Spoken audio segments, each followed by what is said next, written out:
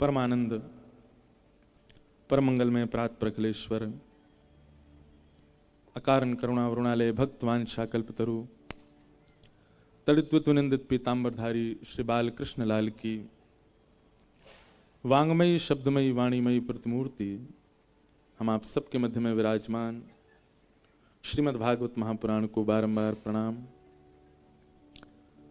संत जनों के परमाशीर्वाद से प्यारे गिरधर लाल आप सबके स्नेह से 6 वर्ष के है गए हैं और वही को आनंद उत्सव यहाँ नाथ द्वार में हम आप सब लोग बड़े आनंद से मना रहे हैं। यह हमारा परम सौभाग्य है। आज आनंद उत्सव का द्वितीय दिवस यहाँ प्रारंभ हो रहा है। श्रीमद् भागवत जी का तो हम माध्यम मात्र लेते हैं, विशेष रूप से कथाएं तो बाहर सब जगह होती हैं, यहाँ तो उत्सव होता है। और उत्सव का मतलब हमने कल बताया, जहां आनंद, जहां पर उत्साह, जहां पर उत्कंठा अपने अतीत को पार करे, अपनी लिमिट क्रॉस कर जाए, उसको उत्सव कहते हैं। ऐसे आनंद उत्सव का आज द्वितीय दिवस। कल रात्रि बाबा चित्र विचित्र दास पधारे और लाल जी का उत्सव मुखोल्लास उन्होंने किया, खूब आनंद हुआ।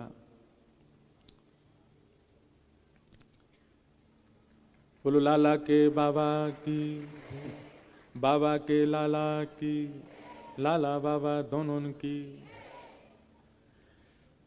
पूज्य गुरुदेव भगवान पधारे हैं। आप श्री के ही आशीर्वाद से, आप श्री के ही तप बल, भजन बल, भाव बल से ही यह उत्सव संपन्न हो पा रहा है। अष्ट सखा भी अपने सब आचार्यन के सहित मंच पर विराज रहे हैं, सुख दे रहे हैं उत्सव को। जय।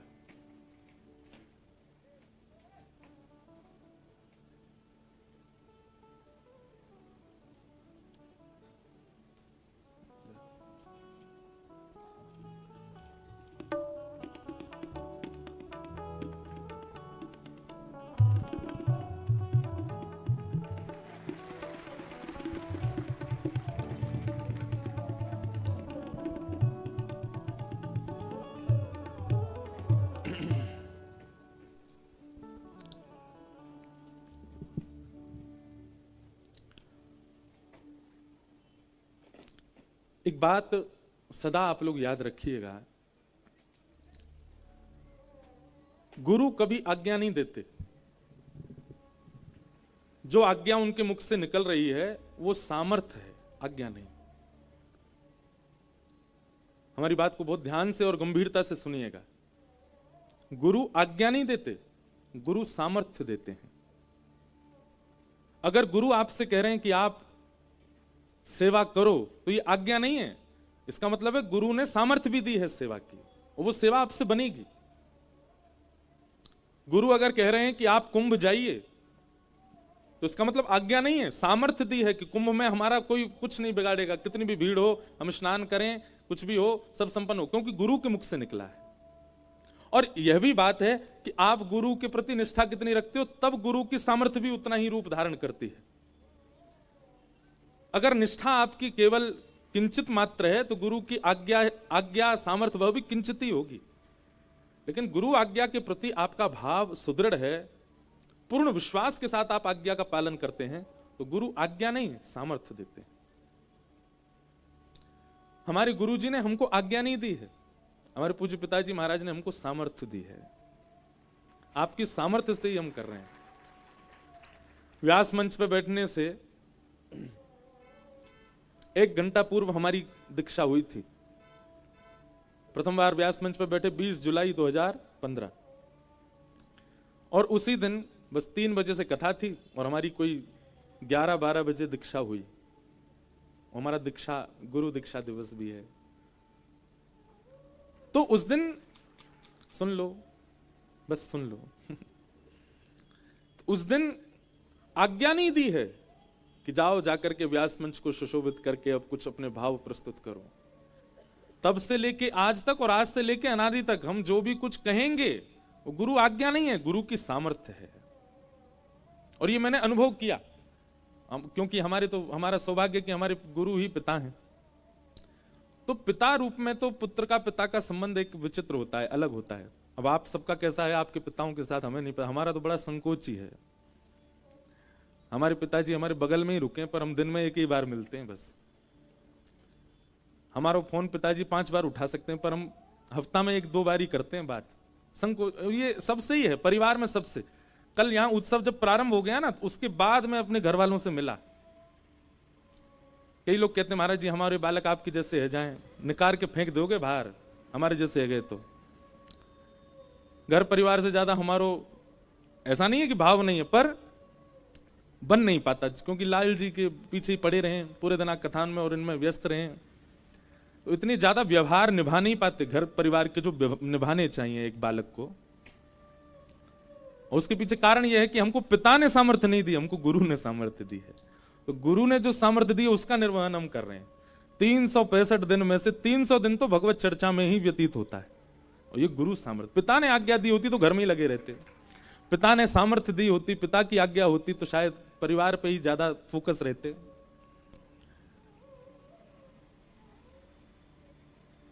पिता की सामर्थ्य, पिता की आज्ञा होती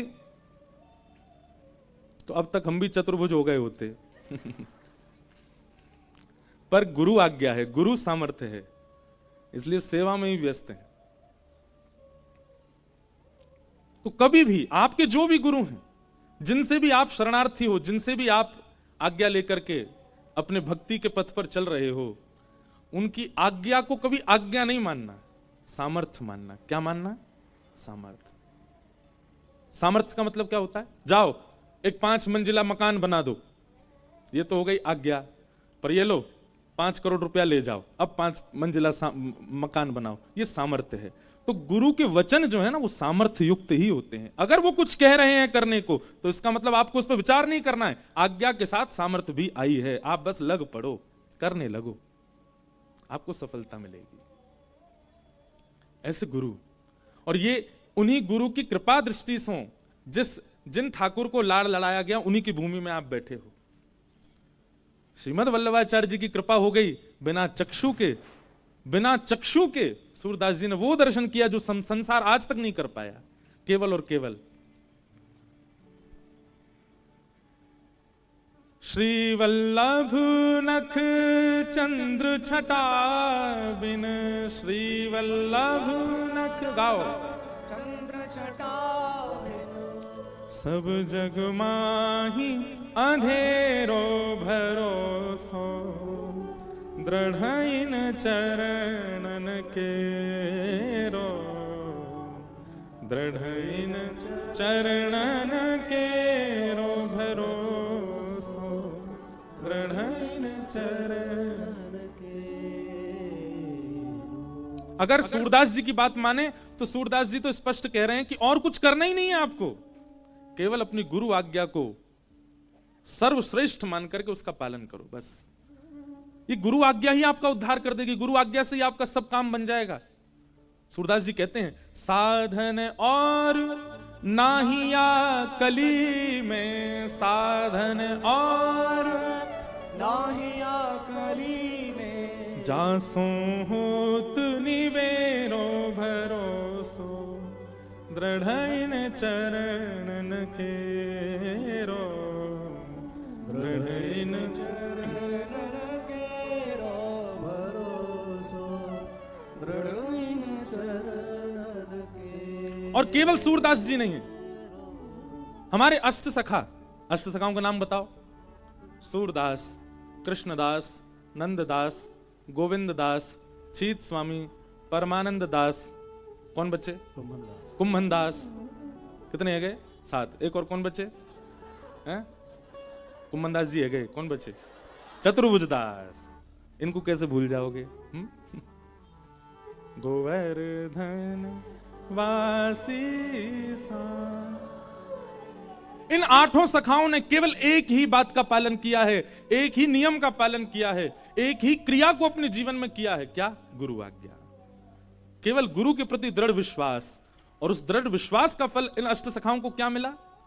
इस कलिकाल में श्री गोवर्धन की तलेटी में साक्षात खेलते कूदते आनंद करते साक्षात श्री जी बाबा प्राप्त हुए। जिन श्रीनाथ जी को आप दर्शन करने जाते हैं, उन श्रीनाथ जी को जब निहारते हो ना, उस समय देखा करो ये वही हैं जो गोविंद दास के संग छिपन छुपाई खेलते थे। जब उन श्री जी बाबा को देखा करो तो यूं सोचा करो ये वही हैं जिनने सूरदास को अपनी कारी कमरिया पधराए के गड्ढे में से बाहर निकालो, ये वही ठाकुर जी हैं। जब देखने जाते हो तो ये भाव से देखा करो, तो आपको और तत्परता और तटस्थता लगेगी दर्शन में। आप केवल ये देखने जाओगे श्रीनाथ जी के दर्शन करने, तो आप दर्शन करके बाहर आ जाओगे। किसी एक सखा का ध्यान करके जाओ, उस सखा की पूरी लीला सुन के जाओ, और तब जाकर के ठाकुर जी का दर्शन करो और सोचो ये तो नंद दास के लाला हैं, ये तो कृष्ण दास पे कृपा करवे वारे। आहा, मेरो मन गिरधर छवि पे अटक्यो। कौन गा रहे? कृष्णदास। कृष्णदास की ये प्राण न्योछावर, यह तन जग सिर पटक्यो। तो अष्ट सखाओं ने क्या किया? गुरु आज्ञा को आज्ञा ना मान करके गुरु की आज्ञा को सामर्थ्य माना। और गुरु ने क्या सामर्थ्य प्रदान की कि इस घनघोर कलिकाल में, इस कलयुग के समय में द्वापर प्रकट कर दिया। साक्षात खेलते कूदते नंद नंदन सामने आ गए। कुमन दास की दाढ़ी पकड़े ठाकुर जी, और दाढ़ी पकड़ के कुमन दास के घर में आरसी ना आए, सो तिलक स्वरूप जो कुमन दास जी लगावे, सो ठाकुर जी उनकी गोद में बैठ के, यही श्रीनाथ जी उनकी गोद में बैठ के कहें चल कुमना तिलक स्वरूप कर अपनो। कुमन दास जी कहें उठो नेक हटो तो जाऊं, जल में मुख देख के फिर करूं। ठाकुर जी बोले मैं देख रहा हूं ना, मैं बता तो जाऊंगा, वैसे कर। कुमन दास जी श्री पधरा रहे हैं, उर्द पुंड लगा रहे हैं, और ठाकुर जी बता रहे हैं हाँ सीधा हो, बिल्कुल खींच ले, है गो नीचे तो नेक गोल घुमाए ले, हम बे ठीक लगो है नेक, अब यहां तक खींच ले, खींच गो, बीच में एक बिंदा धर दे, एक कुंभना ने बढ़िया सो कर, चंदन घिस के अब ठाकुर जी अपने हाथ से कुमन दास की बिंदी पधरा देते हैं। ठाकुर जी आरसी बन जाते हैं कुमन दास की, तब कुमन दास तिलक स्वरूप करते हैं अपना। किस कृपा से? केवल गुरु कृपा, केवल गुरु सामर्थ्य। और वही श्रीमद् वल्लभाचार्य हमको और आपको 4 आज्ञा दे रहे हैं बस। धर्म अर्थ काम और मोक्ष वैष्णव के क्या होने चाहिए? तो कल जिस प्रसंग से हमने प्रारंभ किया, वृत्रासुर की स्तुति।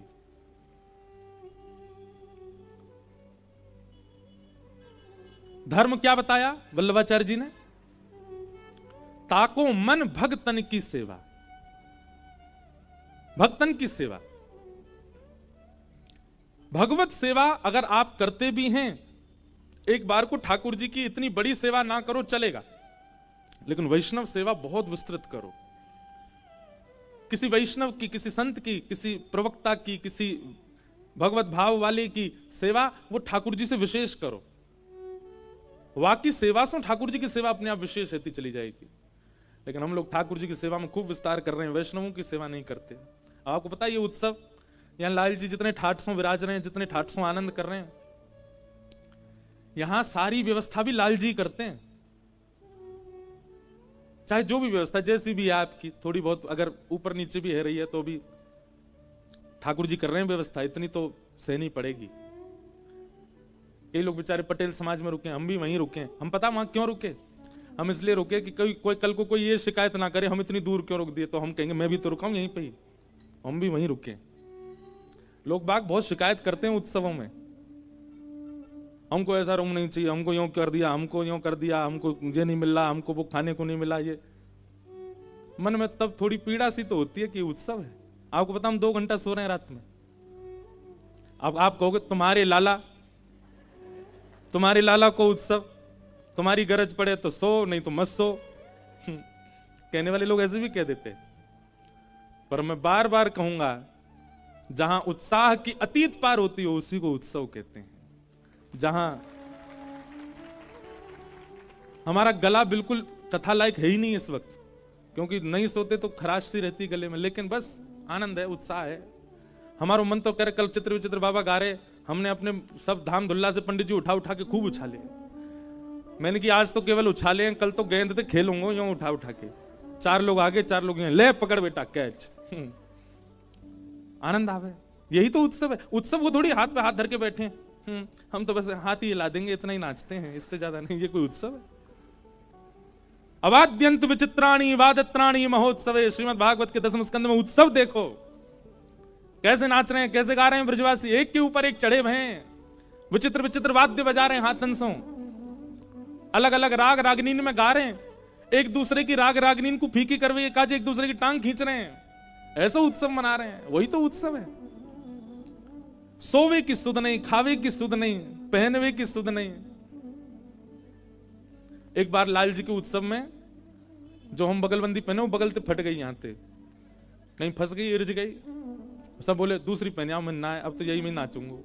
फटी बगलबंदी में ही नाचे पूरे। दो चार ने देख ली, बोले महाराज जी आपकी बगलबंदी फटी भाई। मैंने की श्री जी बाबा की लीला सुने कर, वो लीला सुनी है। एक बार गोविंद दास से ठाकुर जी बोले, ए गोविंदा, हाँ मेरो दाल बाटी पावे को मन है रोए, तू अपने खिरक में तैयारी कर ले। गोविंदास बोले मंदिर में 56 भोग की सामग्री आ रहा होगा, तब वो भूखे रह जाओ। हमारे लाल जी श्री जी बाबा खावे के बड़े शौकीन खवैया ठाकुर हैं, एक से एक सामग्री सिद्ध करो। और आप जरूरी नहीं कि बना के मंदिर ही लेके जाओ, अपने घर में ही सिद्ध करो, वहीं आह्वान करो, लाला बहुत जोर को साग बनोए, आ जाओ पा जाओ, ऐसे ही आह्वान कर लो, आ जाएंगे ठाकुर जी। ऐसा प्रिय लगा ठाकुर जी को। कई सारी लीला में कल रात में भी पढ़ रहे हो, ठाकुर जी स्वयं बनावे वारो जब ठाकुर जी को बनाए के नई नई वस्तु पवावे ना, ठाकुर जी वास्ते रीझ के कभी कभी वो बनावे बैठे हो, ठाकुर जी बगल में आके खड़े आ जाएं और फिर बता मैं ने क्या में केसर और डाल दे, ने क्या में खांड की मिश्री और पधराए दे, ये देख नेक और बढ़िया आ जाएगा, ने क्या में तू इलायची पीस के कूट के डाल दे। ठाकुर जी बता में फिर वासो प्रसाद सिद्ध हो गए।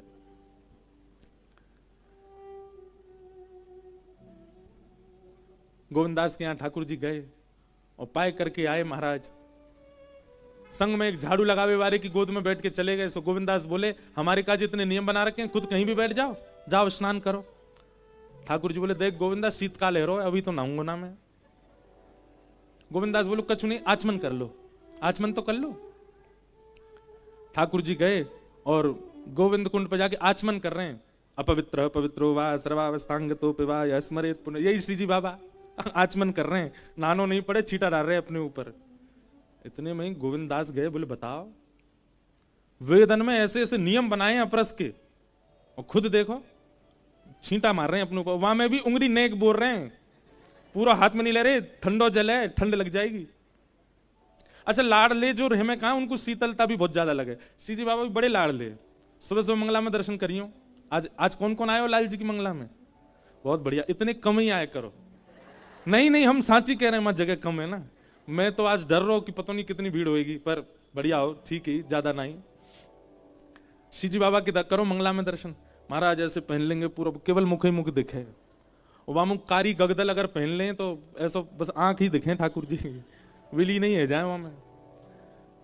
कैसी शीतलता लगे, आगे अंगीठी धरी रहेगी, तापते रहेंगे, मोजरी पहनेंगे हाथन में पामन में, बिल्कुल ढक के भीतर, न को जाड़ो नहीं लग जाए। ठाकुर जी उंगली बोर बोर के छींटो मार रहे हैं। गोविंद दास को आयो गुस्सा, दौड़ के गए, ठाकुर जी बैठे आचमन कर रहे, पीछे से धक्का दे दियो गोविंद स्वामी ने, और ठाकुर जी गिर गए गोविंद कुंड में, तैरन लगे। ए गोविंदा फिटराई दियो, मैं तेरी शिकायत करूंगा गोसाई जी थे। गोविंदास बोले मैं शिकायत कर दूंगा, कौन कौन के ऊपर बैठ के डोलता रहे तुम्हारो लाला है, झाड़ू लगावे वाले की गोदी में बैठ के आए मेरे पास, और नहा धो के नहीं जाओगे मंदिर। इतने में महाराज उत्थापन के घंटा घड़ियाल बजन लगे। ठाकुर जी दौड़े, तो ठाकुर जी की पीताम्बरी कोई वृक्ष के कांटों से इरज गई और वहां से फट गई। अब फटी भाई बगल वहां में पीताम्बरी में ठाकुर जी दौड़े और जाकर के अपने स्थान पर जाके जैसे खड़े हुए, गोसाई जी ने कपाट खोले। जाड़ो लग रहा, कांप रहे लाल जी और नेक नेक अंग वस्त्र कहीं कहीं से उधरे भय। तुरंत कपाट बंद की। गोसाई जी बोले जय जय, कैसे जाड़ो कैसे लग गो, गिरे कैसे है कपड़ा? तुरंत कंबल लाए, तुरंत वस्त्र बदलने लगे, अंगीठी सिद्ध करी। ठाकुर जी बोले तुम्हारा वो है का गोविंदा, बहुत उद्यमी है तो जा रहा है। वहां ने मुंह धक्का दे दियो कुंड में। गोविंदास को बुला करके गोसाई जी डांटने लगे, गोविंदा बोलो अपने लाला की करतूत नहीं सुनोगे जी, कहा करे। ऐसे हमारे गोसाई जी को बाद में इतना सुख मिलता है कि श्री ठाकुर जी कितनी कृपा करते हैं इन अष्ट सखाओं पे। और इन सब कृपाओं का केवल एक ही कारण है, भरोसा दृढ़ इन चरण के। गुरु के प्रति जो भरोसा है, ठाकुर के प्रति नहीं, भगवान के प्रति भरोसा तो सबका हो जाता है, ठाकुर जी के प्रति भरोसा तो सबका प्रकट हो जाता है, पर ठाकुर जी के जन के प्रति विश्वास प्रकट हो तब कल्याण होगा, तब कृपा होगी, तब अनुग्रह होगा। तो गुरु आज्ञा नहीं देते, क्या देते हैं? सामर्थ्य, सामर्थ्य देते। हम तो अपने ऊपर देख रहे हैं, हम किसी योग्य नहीं थे, पर केवल हमारे गुरु ने हमको सामर्थ्य दी, और उन्हीं की सामर्थ्य से आज आप सबन को भी आनंद करा रहे हैं, खूब नचा रहे हैं, खूब आनंद कर रहे हैं, स्वयं भी आनंद में हैं। इतने वैष्णव, इतने बालक, इतने सब सखा हमारे, सब इतने प्रसन्न हैं, केवल एक गुरु की सामर्थ्य से। ऐसे गुरु को बारंबार प्रणाम, और धन्य है कि हमारे गुरु जी भी ऐसे हैं कि हम जब चाहें तब पकड़ के बुला लें। पिताजी हैं, पिताजी महाराज बोले, इंद्रेश बोले कि इन दिनों में कथा करनी नहीं है आपको कहीं भी, तो वो तो होनी ही नहीं है। अगर आप कर भी लेंगे तो वो यजमान को अपने प्राण प्यारे होंगे तो नहीं करवावे को।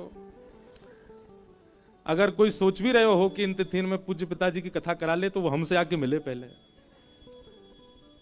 प्राण प्यारे होंगे तो ही करवावे को। वहां से भी कहेंगे यहीं आ जा, जो सेवा कथा में करनी यहीं कर दे, उत्सव में वैसे खर्चा बहुत हो गया। बोलो गिरिराज धरण की। भैया ये तो कथा हमारी आपकी बातचीत है, उत्सवात्मक कथा है ना, तो सब आनंद है।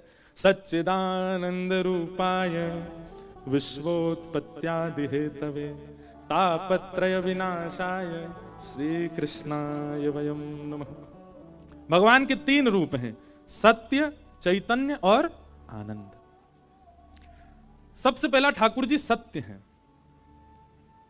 उनके प्रति असत भाव नहीं होना चाहिए। असत भाव किसको कहते हैं? एक बात बोलें, आपको यदि अपने आर्त समझते हैं, कष्ट, आपको यदि अपने आर्त ठाकुर जी के सामने जाकर के याद आ रहे हैं, तो आप कहीं ना कहीं ठाकुर जी को असत मानते हो। बहुत बड़ी बात कह रहे हैं, बहुत ध्यान से सुनिएगा। श्री जी बाबा सामने हैं और आप सामने जाते, बाबा मेरो बेटा ऐसा है रोए, बाबा मेरी मैया की है गयो, बाबा मेरी यो, ए लाला ने कछु कृपा कर। अगर ये आरती याद आ रहे हैं, इसका मतलब आप ठाकुर जी को सत्य नहीं मानते, आपके अंदर असत भावना है, इसलिए ठाकुर जी के सामने जाके भी आपको कष्ट याद आ रहा है अपना। ठाकुर जी के सामने जाके जब जब कष्ट प्रकट हो, तब तब अपने ऊपर प्रश्न उठाइएगा, हम क्या भजन करते हैं? पूरी दुनिया के आगे कष्ट याद आ रहे हैं, इनके आगे आनंद कंद के आगे। कंद किसको कहते हैं? एक होती है शकर कंद, क्या होती है? खाइए, अभी शीत में ही खाते हैं उसको। कंद का मतलब क्या होता है? भीतर जिसके मीठा मीठा भरा हो, शक्कर भरी हो, उसको कहते हैं शकर कंद। ठाकुर जी कौन है? आनंद कंद। उनके भीतर आनंद ही आनंद है, उनके सन्मुख आनंद ही आनंद है, उनके प्रसाद में आनंद, उनकी आरती में आनंद, उनके गायन में आनंद, उनकी कथा में आनंद, उनके संस्पर्क की जो भी वस्तु आपके सामने आएगी सब में आनंद है, इसलिए उनका नाम आनंद कहते हैं, इसलिए वो आनंद कंद है।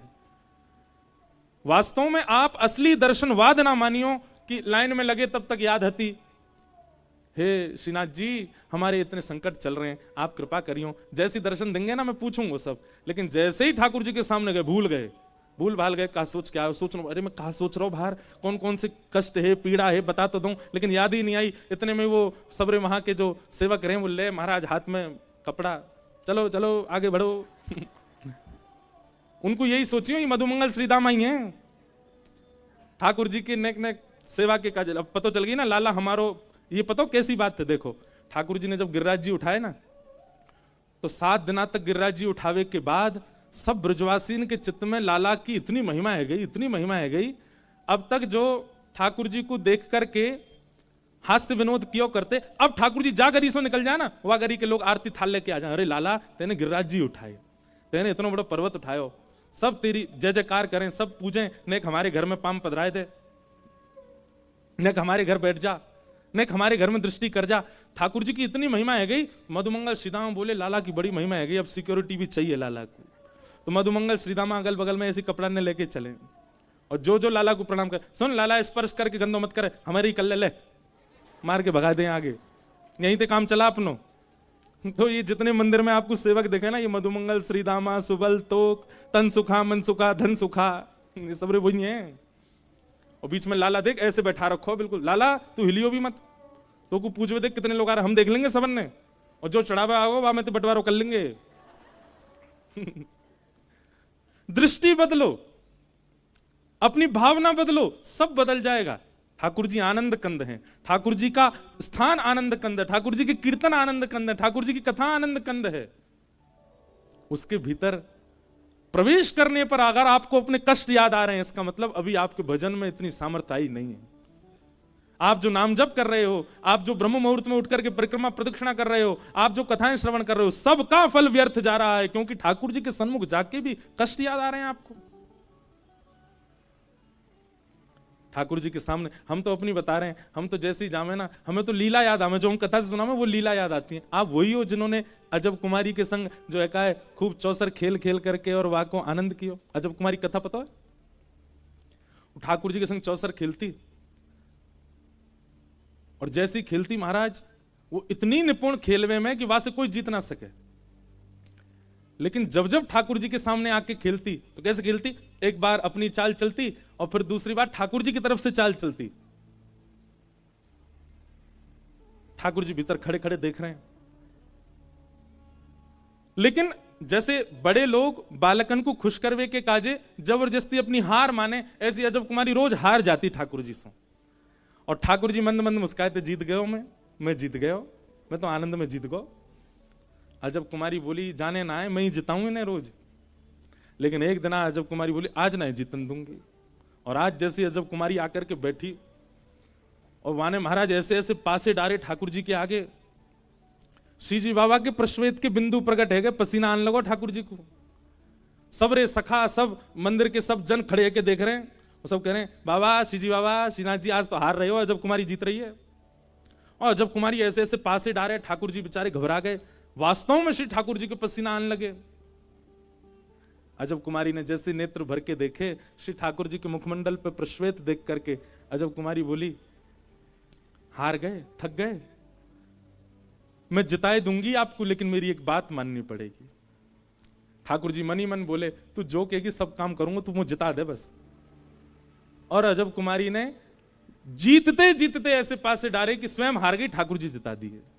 जैसे ही ठाकुर जी जीते, सब जय जयकार करने लगे, अरे हमारे लाल जी तो कौन जीत सके, हमारो लाला सर्वश्रेष्ठ है, हमारे लाल जी सबसे ऊपर। अजब कुमारी मन ही मन सोचने लगी, जिताए हैं लेकिन मेरी इच्छा पूरी करनी पड़ेगी। ठाकुर जी ने कही, बता। बोले, मैं रोज ना आ सकूं गिरिराज जी, अब आप कृपा करो और पधारो मेवाड़ और विराजो में। और वही अजब कुमारी के लिए श्री ठाकुर जी मेवाड़ आ गए।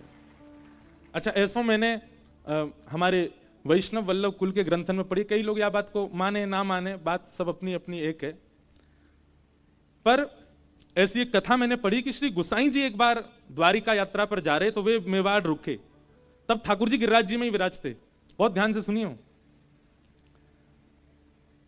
तो मेवाड़ में तब गुसाई जी को यहां कछु अनुभव भयो, और गुसाई जी ने तब आज्ञा करी कि यहां श्री जी बाबा कभी पधारेंगे और विराजेंगे। लेकिन जब तक गुसाई जी धरातल पर रहेंगे, ठाकुर जी ने आज्ञा कर दी अजब कुमारी से भी कि मैं ब्रज छोड़ के नहीं आऊंगा। जब तक गुसाई जी तब तक नहीं आऊंगा। तो जब तक गुसाई जी रहे तब तक ठाकुर जी गिरिराज जी में ही रहे। वाह के बाद फिर ठाकुर जी ने योजना बनाई, और गुसाई जी की भी बात पूरी करनी, अजब कुमारी की बात भी, आज्ञा भी पूरी करनी। वहां औरंगजेब भी बहुत क्रूर है तो जा रो, दूसरो या मेवाड़ को पवित्र करने मीराबाई भी पधारी, और भक्त की महिमा ना रह जाए, भगवान की महिमा हो, ऐसी भावना मीराबाई की पूरी करवे। ये सब योजनाओं को पूरी करने के लिए ठाकुर जी यहां पधारे। लेकिन ऐसी भावना और ऐसी बात भी कही गई है कि श्री गुसाई जी ही फिर दोबारा पधारेंगे, कभी अवतार लेंगे, फिर से वल्लभ कुल में ही यहीं यहाँ के सेवायत परिवार में फिर से गुसाई जी को ही अवतरण होएगा, और वे श्री जी बाबा को फिर से लेकर के श्री गिरिराज जी पधारेंगे, फिर से गोवर्धन में विराजेंगे। तो मैं तो भैया एक बात कहूं, हे गुसाई जी कृपा करो, आप ऐसे पधारो कि हम लोगन के नेत्रन के सामने ही श्री जी बाबा गिरिराज जी आ जाएं, गोवर्धन में विराजें, और वहां विराज के सेवा सुख पावें। ऐसी भावना भी है। तो ठाकुर जी कौन है? ठाकुर जी सत्य हैं। ठाकुर जी को प्रथम स्वरूप कहा है सत्य।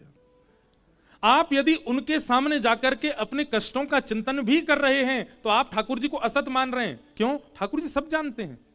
तुम जानत सब अंतर्यामी तुम जानत सब अंतर्यामी, करनी कछु ना करी ओ करनी कछु ना करी,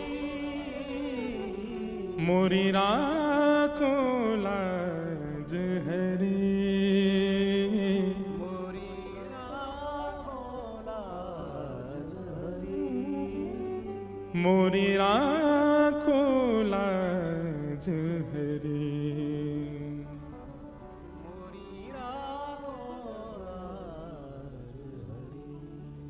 आप सब जानते हैं, इसलिए ठाकुर जी के सन्मुख अपने असद भावों का स्मरण आना एक प्रकार से ये इस बात का द्योतक है कि आप ठाकुर जी को सत्य नहीं मानते हो, वो परम सत्य है, वो सब जानते हैं। ठाकुर जी कौन है? सत्य। उनके सन्मुख जाकर के तो लीला याद आनी चाहिए। अपनी सुध-बुध खो बैठे हम, अपनी प्रतिष्ठा, अपनी मान, अपनी बड़ाई, अपनी योग्यता यदि याद है, आप दर्शन नहीं कर रहे हो, काहे को जा रहे हो भीड़ बढ़ावे मंदिर में?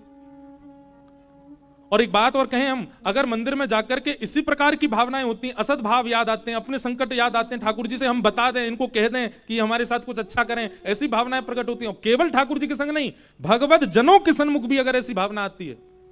अब कई लोग हमको सब कथा सुनते हैं, पूजते हैं, वंदन करते हैं, भाव रखते हैं प्रेम का, तो कई लोग जो जानते नहीं है उनको यूं लगती है कि ये जरूर भविष्य बतावे वाले बाबा हैं कोई। बाबा ने कहा दर दो हमारे ऊपर, क्या होएगो, हमारी नौकरी नहीं लग रही, लग जाएगी। मेरे हाथ धरवे तो नौकरी लग रही होती तो मैं भी कोई बढ़िया कहीं नौकरी कर रहा होता। ये नौकरी हाथन में थोड़ी धरी है। भगवत जनों के सामने और भगवत रूप के सामने इस प्रकार के संसारी विषयों का उत्पन्न होना, आपके भीतर ठाकुर जी का असद रूप स्थापित है, इस बात का द्योतक है। इसलिए ठाकुर जी सत्य है, उनको सत्य ही मानो। और सत्य तब तक नहीं मानोगे जब तक गुरु कृपा नहीं होगी। गुरु कृपा। एक वैश्या पर कृपा कर दी कृष्णदास जी ने, और वो वैश्या श्री जी बाबा के सामने आकर के नृत्य करती है, और जैसे श्रीनाथ जी के रूप को देखती है भूल जाती है सुध-बुध। मेरा पूर्व की जो कथा थी ना, जब नाथद्वार में पहला लाल जी का उत्सव हुआ था, उस उत्सव का ही नाम ये था, मेरो मन गिरधर छवि पे अटिक्यो। वो पूरी कथा ही इसी पद पे ही हुई थी। एक नर्तकी नृत्य करके जनों को रिझाने वाली, उस पर कृष्णदास जी की दृष्टि मात्र पड़ गई बस। कृष्णदास जी चाह ले, ये बात भी लिख लीजिएगा, अगर कोई भगवत जन चाह ले कि आप पर ठाकुर जी की कृपा हो, तो उसकी चाहने मात्र से हो जाएगा कल्याण। वो चाह ले बस।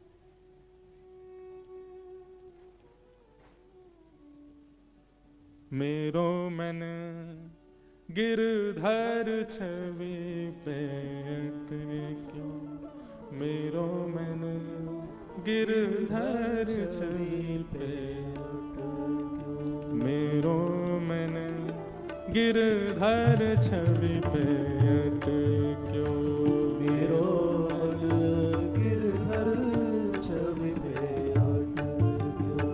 मेरो मन गिरधर छवि पे अटक्यो। गाओ। मेरो मन गिरधर छवि पे अटक्यो, ओ ललित त्रिभंगी चाल पे चल के, ललित त्रिभंगी चाल पे चल के, ललित त्रिभंगी चाल पे चल के, ललित त्रिभंगी चाल पे चल के, चिबुक चारू घड़ी ठट क्यों, चिबुक चारू घड़ी ठट क्यों। ये पद बहुत भावों को याद दिलाता है मुझे। नाथद्वार का प्रथम उत्सव याद आता है इस पद से। श्री जी बाबा का वह स्वरूप कृष्णदास, उस नृत्यांगना का वह नृत्य, सब याद आता है। ठाकुर जी की छवि प्रकट होती कैसी है? ललित त्रिभंगी चाल, हमारे अष्टसखा कहते हैं चाल अटपटी सो है बला तेरी, चाल अटपटी सो है। ठाकुर जी कैसी चाल चलते? अटपटी चाल चलते हैं। ललित ललित गति विलास वल गुहास, प्रणय निरीक्षण कल्पितो रुमान। भले श्री जी बाबा श्रीनाथ जी में सीधे खड़े हैं, पर जब चलवे की स्थिति आवे ठाकुर जी टेढ़े मेढ़े है के चले। और टेढ़े मेढ़े ऐसे नहीं कि कुछ विचित्र लगते हो, वो चाल ही ऐसी है कि वह चाल पे ही मोहित रह जाएगा कोई देख लेगो तो।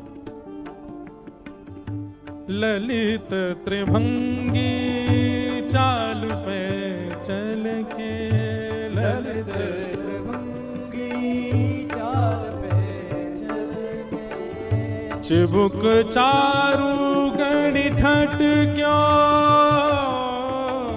चिबुक चारु गणि ठट क्यों, चिबुक चारु गणि ठट क्यों,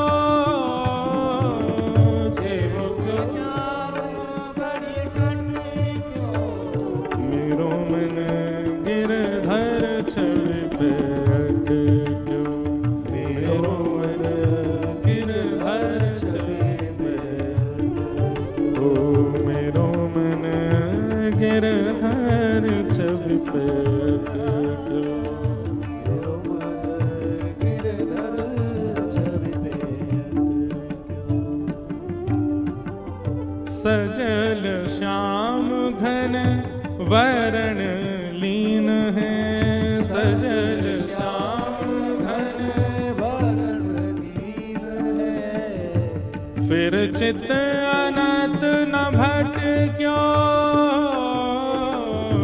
फिर चित न भट क्यों, कृष्ण दास किए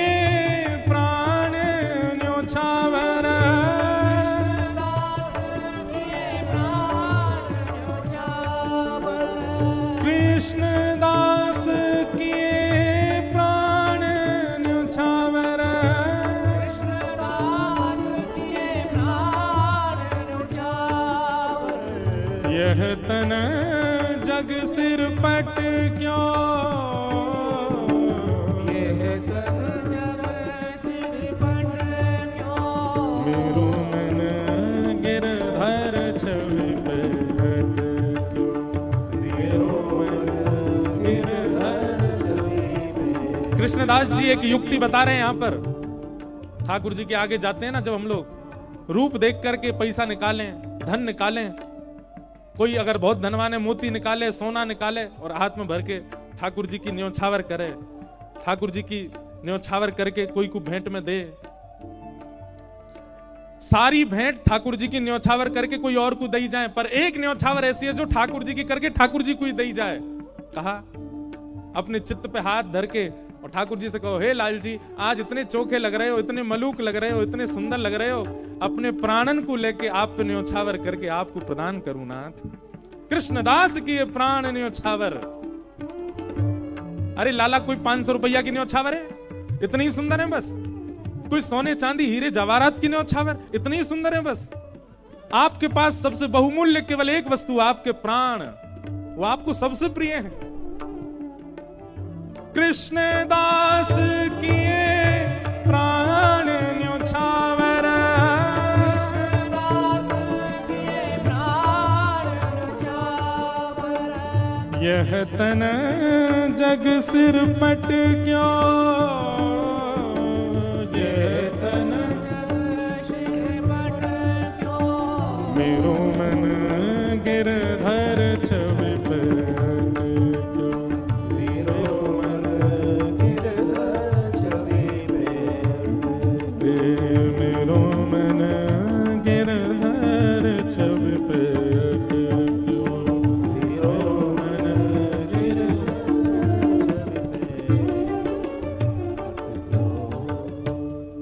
हमारे पूज्य श्री तटिया स्थान वाले पूज्य महाराज जी, मैं जब भी तटिया स्थान जाऊंगा कितने भी पद सुनाता हूं महाराज जी को, जैसे ही जावे की आज्ञा मांगूंगा तो कहेंगे लाला अब एक बार मेरो मन गिरधर छवि पेट को सुनाए दे।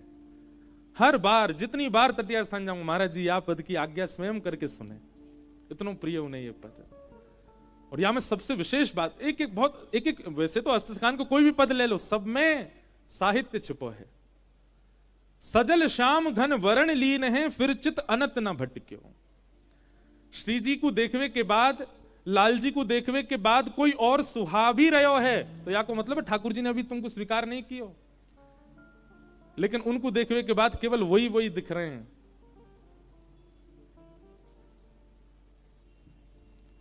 हमारे ब्रज में एक सखी भाई, उनको नाम पता कहा, चित्रा सखी। बरसाने में स्थान भी है चित्रा सखी जी को। चित्रा सखी वो उन्होंने जोगन भेष धारण किया था। उनका नियम था कि वे जब तक रहेंगी किसी पुरुष को देखेंगी भी नहीं, स्पर्श तो बहुत दूर की बात। चित्रा सखी जी ऐसे रहती थी। लेकिन उनका नाम चित्रा सखी इसलिए क्योंकि वो चित्र बनाने में निपुण, और यह सरस्वती की विद्या थी। उनको सरस्वती जी ने वरदान दिया था, जाको एक बार देख लेंगी, एक बार देखते ही यथावत वा को चित्र प्रकट कर देंगी। एक बार ठाकुर जी रोते रोते गए यशोदा मैया के पास। मैया बोली क्या बात है, काय को रो रहा है? ठाकुर जी बोले मैया मेरा एक सखा है, वो 24 घंटा मुंह को पकड़ के ही रखे, देख मेरे हाथ सुझाई दिए, मैंने छोड़े ही ना है मेरे हाथन ने। मैया बोली तो हाथ सूझ, बोले बात छुड़ा के भाग के आया हूं मैं, मेरे कंगन आदि सब छिल जाए मेरे हाथन से, पकड़ के रखे मुझे। मैया बोली काय को पकड़ के रखे? उयों के मेरे आंखन के आगे तो जाओ मत लाला, तुम यहीं बैठे रहो। अब मैया मैं कैसे ना जाऊं?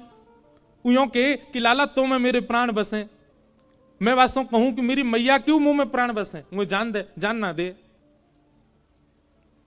मैया कहा करूं? सब ध्यान से सुनियो। यशोदा मैया बोली लाला एक काम कर, तू यहीं खेलो कर घर में ही। ठाकुर जी बोले जेऊ ना है सके, खेलवे तो बाहर ही जाऊंगो। मैया बोली बाहर हो जावेगो, वहां सखाते तो है, इतनी दिक्कत भी है रही है, कहा करूं फिर? वो मैया एक काम है सके, बोले कहा तू मेरा एक चित्र बनवाए दे, और ऐसा चित्र बनवाइयो मैया कि वह चित्र को देख के लगे जे मैं ही हूं का, और तू मेरा चित्र बनवाए दे मैया, वह चित्र को ले जाके मैं वह दे दूंगो। उस सखा पूरे दिन पर वह चित्र में ही रमो रहेगो, मेरो कंटक छूटेगो बातें। मैया बोली हाँ लाला बनवाऊंगी। एक सखी आई, मैया ने वासो कहीं अरे हमारे ब्रज में कोई चित्र बनानो जाने? मैया कौन को चित्र बनवा? लाला को चित्र बनवानो है। अरे मैया ऐसा सुंदर लाला, ऐसे सुंदर गुण, हर दिना आपके लाला में एक गुण नयो प्रकट है जाए। मैं तो यूं सोच रही हूं चित्र बनावे वारो 2 दिना विलंब करेगो, 2 दिना में लाला तो और सुंदर है जाएगो। कैसे ठाकुर जी? यहां देखो, इधर देखो, सब ध्यान से सुनो। हर दिन ठाकुर जी का रूप निखरता है, हर दिन ठाकुर जी का रूप बढ़ता है। ना तो कोई को लेके आ। तब सखी ने कही मैया एक चित्रा सखी नाम की सखी रे, वो कोई पुरुषन मिले भी ना है, देखे भी ना है, बिल्कुल जोगन भेष में रहे, एकांत में बैठी रहे। वाकई हमने यूं सुनी है, वाकु सरस्वती ने विद्या दी है, वाकु सरस्वती को आशीर्वाद है, वो एक बार जाकू देख ले, वाकु चित्र यथावत बना दे।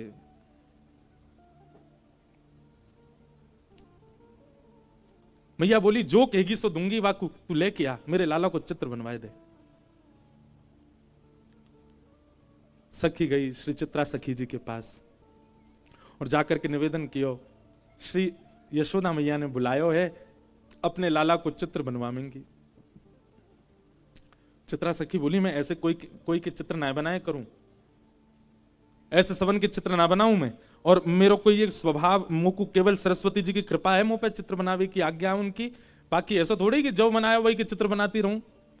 सखी बोली अरे तू कितनी भाग्यशाली, हम सब गोपी तो बाट निहारे कि नेक भी नंद नंदन हमारे आगे नेक डट जाएं तो नेक देर उनको देख लें। तू कितनी भाग्यशाली, तो को निहारवे को मिलेंगे, तो को खूब देर देखवे को मिलेंगे, और वाक्य बाद तू उनको चित्त में धारण करेगी तब चित्र में बनेंगे। कितना बड़ा सौभाग्य तेरो, तेरी जगह हम चित्रकार होते, हम तो अभी जाते और जाके बना ऐसा सुंदर उनको लाला। तू एक बार चल तो सही। चित्रा सखी बड़े बेमन से गई, उसका मन नहीं था। यशोदा मैया बाहर आ गई। अच्छा, यशोदा मैया की अधिकतर लीलाओं में एक बात देखी, वो सीधे अपने लाला ते ना मिलवा में कोई है भी। जैसे कोई आवेगो नयो घर में, सो लाला भीतर छोड़ के, तू भीतर रहियो, बाहर मत आ जाइयो। भीतर लाला छोड़ आई और बाहर आकर के यशोदा मैया बैठ गई, सामने चित्रा सखी बैठी। बोले मैया आ गई, यही है चित्रा सखी। यशोदा मैया बोली मेरे लाला को चित्र बनाना है। मेरो लाला बड़ा सुंदर है, ऐसी पीरी पीतांबरी पहने, ऐसी नथ बेसर पहने, ऐसे कानन में कुंडल धारण करे, ऐसे घुंघराले केश हैं वाके, केशन ने ऐसी गूद बनाए के बीच में जूड़ों से बनाए ले, पाँव में मोर पिछ लगावे, ऐसे गदमदरा से हाथ हैं, ऐसा सुंदर रूप धारण करे मेरो लाला, बहुत सुंदर है। तो मैया यशोदा जहां बैठी, वहीं ऊपर एक खिड़की भी हती, वहीं में खड़े खड़े ठाकुर जी सुन रहे हैं। बोले मैया मेरो रूप बता रही है, चित्रा सखी है। सो ठाकुर जी खिड़की पर खड़े भये और वहां मैया को मुक्त है चित्रा सखी की, और चित्रा सखी मैया को देख रही, मैया के ऊपर ही खिड़की पर ठाकुर जी खड़े। सो ठाकुर जी बोले मैया ऐसा रूप बता रही ना, दर्शन तो कराऊं। सो ठाकुर जी ने पर्दा खोले, और पर्दा जैसे खोले सो कहा कियो अपनी पीतांबरी वगैरह सब उतार दी, बिल्कुल नंगम है गए। मैया कह रही मेरो लाला तो पीतांबरी पहने, मेरो लाला तो गले में ऐसी माला पहने, मेरो लाला तो ऐसा। ठाकुर जी ने पर्दा खोलो, बिल्कुल नंगम नंगा। और चित्रा सखी देखे, मैया तुम्हारो लाला पीतांबरी पहने? हाँ मोह तो नंगम नंगा दिख रहा है। मैया जैसे पीछे देखा, सोई ठाकुर जी पर्दा लगा ले, तुरंत पीतांबरी पहन ली, गले में माला पहन ली, कान में कुंडल पहन लिए। कन्हैया तुरंत खोल के आए सो पीतांबरी। हाँ मैया। चित्रा सखी को तो यही मन हर लियो ठाकुर जी ने। बोले ओहो ये सामान्य नहीं है, ये साधारण नहीं है। हेरी तू तो यूं कह रही नंगम नंगा, देखो देखियो कैसी पीतांबरी पहन के ठाड़ो है। चित्रा सखी के नेत्र सजल हो गए, कहा कहूं। बार बार वह सखी को देखे जो लेके आई, वह सखी को मनी मन धन्यवाद कह रही है। अरे तेने पहले ना बताई, ये सुंदर श्याम मेरो लाला बड़ो सीधो है। अरे चित्रा ने सुन ले, बहुत सीधो है बेचारो, इतनो भोरो इतनो भोरो। अच्छा मैया। इतने में ठाकुर जी पर्दा खोल के आए और दोनों हाथ लेके ठेंगा लेके और नृत्य कर रहे हैं, दो दत्तुइयां दिखा रहे हैं और मटक मटक करके नाच रहे हैं। चित्रा सखी करी हाँ मैया बहुत सीधो है। मैया पीछे देखे, सोई ठाकुर जी पर्दा कर ले। अरे लाला सोई में बिल्कुल। हाँ मैया। बोल मैया, कहाँ कह रही मैया? तू जो कहेगी मैया सो करूंगा, तू बता तो। चित्रा सखी बोली मैया वास्तव में सीधा हो तुम्हारो लाला। ठाकुर जी को जाके चित्त पे अपनो प्रभाव डालना हो ना, वह को अपने सब रस दिखा दे। और जाके चित्त को ठाकुर जी को कोरो ही छोड़ना हो ना, वह को श्री जी बाबा हर दिन एक जैसे ही लगेंगे। कल भी ऐसे ही है हमारे पूज्य नाना जी, जब मैं कभी श्रीनाथ जी नहीं आयो, आपको जान के आश्चर्य होगा। हम गिरधर लाल की सेवा, लाल जी हमारे घर पधारे इतनी कृपा करके। मैं 19 वर्ष की आयु में पहली बार नाथ द्वार आयो। 19 वर्ष बाद, 19 वर्ष तक तो हमने श्रीनाथ जी केवल चित्र में ही देखे। 19-20 वर्ष की आयु में पहली बार आयो मैं, और तब से महाराज ऐसे पकड़े, लाल जी ने ऐसे पकड़े। हमें तो सुबह मंगला में अलग दिखे। सुबह मंगला में ऐसा अनुभव होवे कि लाला की आंख खुली ना है, गुसाई जी ने उठाई दिए, जमाई सी ले रो लाला। मानो ऐसा ठाकुर जी को देख के मंगला में अनुभव हुए। ठाकुर जी कह रहे नेक और सुन दो, काई को आए गए हो सवेरे सवेरे। वहां समय लोग जय जयकार करें, घंटा घड़ियाल बजे, तो मुझे ऐसा लगे लाला यूं कह रहे होंगे, अरे भैया धीमे धीमे करो आवाज, अभी सो के उठाऊं मैं। सुबह को पद गामे ना, मोहन जागिए बलि जई हैं, लाला जागिए बलि जई हैं, मोहन जागिए बलि जई हैं, लाला जागिए बलि जई। पीत रजाई दूर कर मुख ते, पीत रजाई दूर कर मुख ते, छाण दे अलसई लाला, छाण दे अलसई। यशोदा मैया ऐसे ना उठावे। कैसे उठावे? पहले सिगड़ी सिद्ध करे मैया, सिगड़ी सिद्ध कर दे, इतनी देर में दूध ओटाई दे, लड्डू सिद्ध करे, और सबरी व्यवस्था लाला उठे वासे पहले मैया सब व्यवस्था कर दे। दूध लेके जावे, लड्डू लेके जावे, सिगड़ी समीप रख दे, और वहां में पहले अपने हाथन को सेके मैया। और जब हाथ ने ताते ताते है जाए मैया के, तब रजाई के भीतर धीमे धीमे हाथ डाले और लाला के हाथन को, पामन को धीमे धीमे स्पर्श करे। लाला उठ जा मेरो लाला, हमारी तरह ना ठंडे शीतल बिल्कुल महाराज, बिल्कुल ऐसे हरे बर्फ। और वही तो ठाकुर जी उठा के बैठा दिए। ठाकुर जी ठिठर जाते होंगे। यशोदा मैया से सीखो सेवा पद्धति। तो धीमे धीमे हाथन सो, फिर लाला के पांव स्पर्श करे। आजकल की मैयान की तरह नहीं नीचे तो ही चिल्ला रही हैं, उठ जा, सुबह है गई है, अभी तक सो रहा है। हमारी मैया भी चिल्लाती कभी कभी बैठी। यशोदा मैया तो बड़ो भाव रखे। सबन की मैया यशोदा ही है। ठाकुर जी भी कभी कभी डांट खामे, सुबह सुबह ऐसा ना है। कई बालक बड़े विचित्र हैं, वो लीलान को सुन के अपनी मैयांती के देखे क्या कह रहे हैं, महाराज जी आप कैसे उठाती हो हमको सुबह, ऐसे उठाए करो, हाथ वाथ गर्म करके इत्र वित्र लगा के आया करो। अरे मेरे राज दुलारे उठ जा। ठाकुर जी जैसे प्यारे तो बन जाओ, मैया ऐसी उठावेगी। अब तुम बनने हो मधुमंगल तो ढंडांती उठावेगी। ठाकुर जी उठ गए, पर उठे भाई ठाकुर जी भी ऐसे रजाई नए घटा में अपने आंखन के आगे थे। मैं उठूंगा तो मैया तुमको कहा देगी, अच्छा या में भी शर्त चाहिए लाला, कछु दूंगी तो ही उठेगो, नहीं तो नहीं उठेगो ना। मैया पहले बता मुझको कहा देगी। तेरे कारण श्याम सुंदर, तेरे कारण श्याम सुंदर, मैं नई मुरलिया ली हूं लाला, नई मुरलिया। लाला देख तेरे काज नई मुरली लेके आई हूं मैं। और जैसे ही मुरली को नाम सुनो, सोई ठाकुर जी ने रजाई दूर कर दी, उठ के बैठ गए। और बैठ करके मैं कहां है मेरी मुरली, कहां है। जैसे ठाकुर जी उठ के बैठे, मैया ने मुख से दूध लगायो, लड्डू खवायो, लई आरती उतार दी, है गई मंगला। उठ गो लाला, अब चल बैठो ही रहे, रजाई वजाई सब उठा के ले गई। ऐसे उठे ठाकुर जी। तो भोर के श्रीनाथ जी ऐसे लगे कि वास्तव में आलस में है भाई। श्रृंगार के बाद ठाकुर जी लगे नवे धुवे बिल्कुल राज दुलारे बन के आए हैं। उत्थापन में ठाकुर जी के अनुभव हो गए, गैया चरा के आए हैं, गौ रज लगी है हाथन में, गौ रज लगे मुख पे। और शयन में ऐसा अनुभव हो गया कि ठाकुर जी के नेत्रन में नींद भर आई है। अगर ये भावना आपकी उत्पन्न हो रही है ठाकुर जी के दर्शन में नित्य नूतन नित्य नवीन, तो समझो ठाकुर जी ने आप पे कृपा करी है। कृष्णदास जी की जो पंक्ति है, सजल श्याम घन वरण लीन है, जाकू ठाकुर जी वर्ण कर लें, जाकू ठाकुर जी स्वीकार करें, वही को ही ये अनुभव ऐसा सके, सबको नहीं। हमारे नाना जी कहो करते, लाला मैंने कि नाना जी श्रीनाथ जी कैसे दिखे, तो बोले लाला पहली बार जैसे ही मैं मंदिर गयो तो देखते ऐसा लगी जन कौन ग्वारिया को 100 बालक खड़ो सामने। यूं लगी ही नहीं कि कोई पाषाण है, कोई मूर्ति है, कोई धातु है, या कोई मंदिर के ठाकुर जी हैं, ऐसी लगी कोई बालक खड़ो सामने। श्री जी बाबा लगे ऐसे ही हैं, ऐसे लगेंगे कोई लाला खड़ो है, कोई बालक खड़ो है।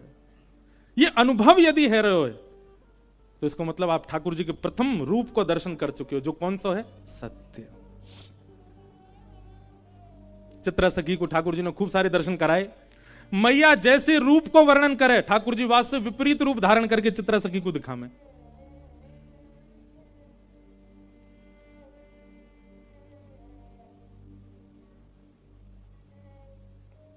मैया के मेरो लाला कारी कमरिया ओढ़े, सो ठाकुर जी पर्दा खोल करके लाल कमरिया में दिखा दें, विपरीत। और जैसे मैया देगा सो कारी कमरिया पहना। इतनी झटपट अपना श्रृंगार बदल रहे हैं, उनकी बात तत्परता पे, मतलब चित्रा सखियों देख रही है कि ये कितने तत्पर हैं, मतलब मुंह को दिखावे के काज अलग श्रृंगार, और मैया देखेगी तो इतनी देर में ठाकुर जी दूसरा श्रृंगार पहन लें। मतलब ये रास नहीं है तो क्या, यही तो रास है। रास का मतलब क्या, कि ठाकुर जी आप पर कृपा करने के लिए बार बार भेष बदल रहे हैं, बार बार कोई लीला कर रहे हैं।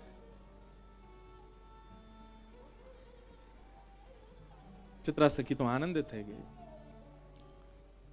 हमारे पूज्य श्री मलुकपीठ वाले महाराज जी एक पंक्ति गामे, एक पंक्ति नहीं केवल एक लाइन गामे, और वो मेरे मन में ऐसी घर करके बैठ गई। मैं 24 घंटा सोचूं, या से आगे कहा, या से आगे कहा, खूब ढूंढो मुंह कहीं मिलो ही नहीं। वो एक ही लाइन है, ये देखो श्याम, ये देखो श्याम, यही तो है मेरे जीवन प्राण।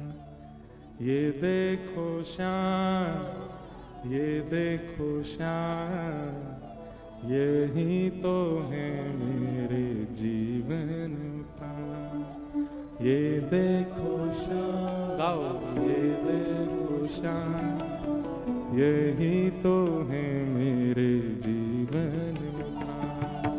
ये देखो श्याम, ये देखो श्याम, यही तो है मेरे जीवन। क्यों शांत बैठे हो, गाओ। ये देखो श्याम, ये देखो श्याम, यही तो है मेरे जीवन प्राण।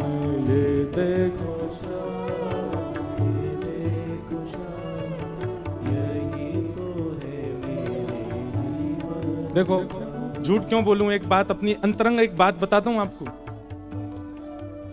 मुझको कई सारे भाव ठाकुर जी की लीला के या कोई पद लिखवे को भी ये सब भाव पता कब मैं, जब मैं स्नान करवे जाऊं, नहाते नहाते आमे। ये पद बहुत दिनान से मन में चलो, वाराणसी कथा में भी ये पद चलता रहो बहुत दिन तक। मन है रो यहाँ से आगे क्या, यहाँ से आगे क्या। तब स्नान करते करते कल मन में भाव आए कई, ठाकुर जी कैसे हैं, चित्रा सखी की स्थिति कैसी है गई है। अब चित्रा सखी निकली है नंद भवन से, अपने घर के मार्ग पे जा रही है, पर चलते चलते कहीं और पहुंच गई है। क्यों? अब वही कपाट खोलते बंद करते, कपाट खोलते बंद करते, बार बार श्रृंगार बदलते ठाकुर जी वाकू दिख रहे हैं। वो वन में देखे तो वन में दूर ठाकुर जी दिखाई दे रहे हैं, सरोवर देखे तो सरोवर में नहाते ठाकुर जी दिखाई दे रहे हैं, गौशाला गैया देखे तो गैया चराते ठाकुर जी दिख रहे हैं, और सब जगह गाती जा रही है, ये देखो श्याम, ये देखो श्याम, यही तो है मेरे जीवन प्राण। ये देखो श्याम, ये देखो श्याम, यही तो है मेरे। कैसे हैं? नैना भी राम, बंक मुस्कान, नैना भी राम, बंक मुस्कान, नैना भी राम, बंक मुस्कान, नैना भी राम, बंक मुस्कान। हे बोह मरोड़ लजावत काम, बोह मरोड़ लजावत काम। कैसे हैं ठाकुर जी? नैनाभिराम, नेत्र कैसे हैं? नेक कटाक्ष ठाकुर जी कोई के प्रति कर लें। एक बात याद रखियो, श्री ठाकुर जी के नेत्र कैसे हैं? कभी अगर ठाकुर जी सामने आगे कैसे पहचानोगे?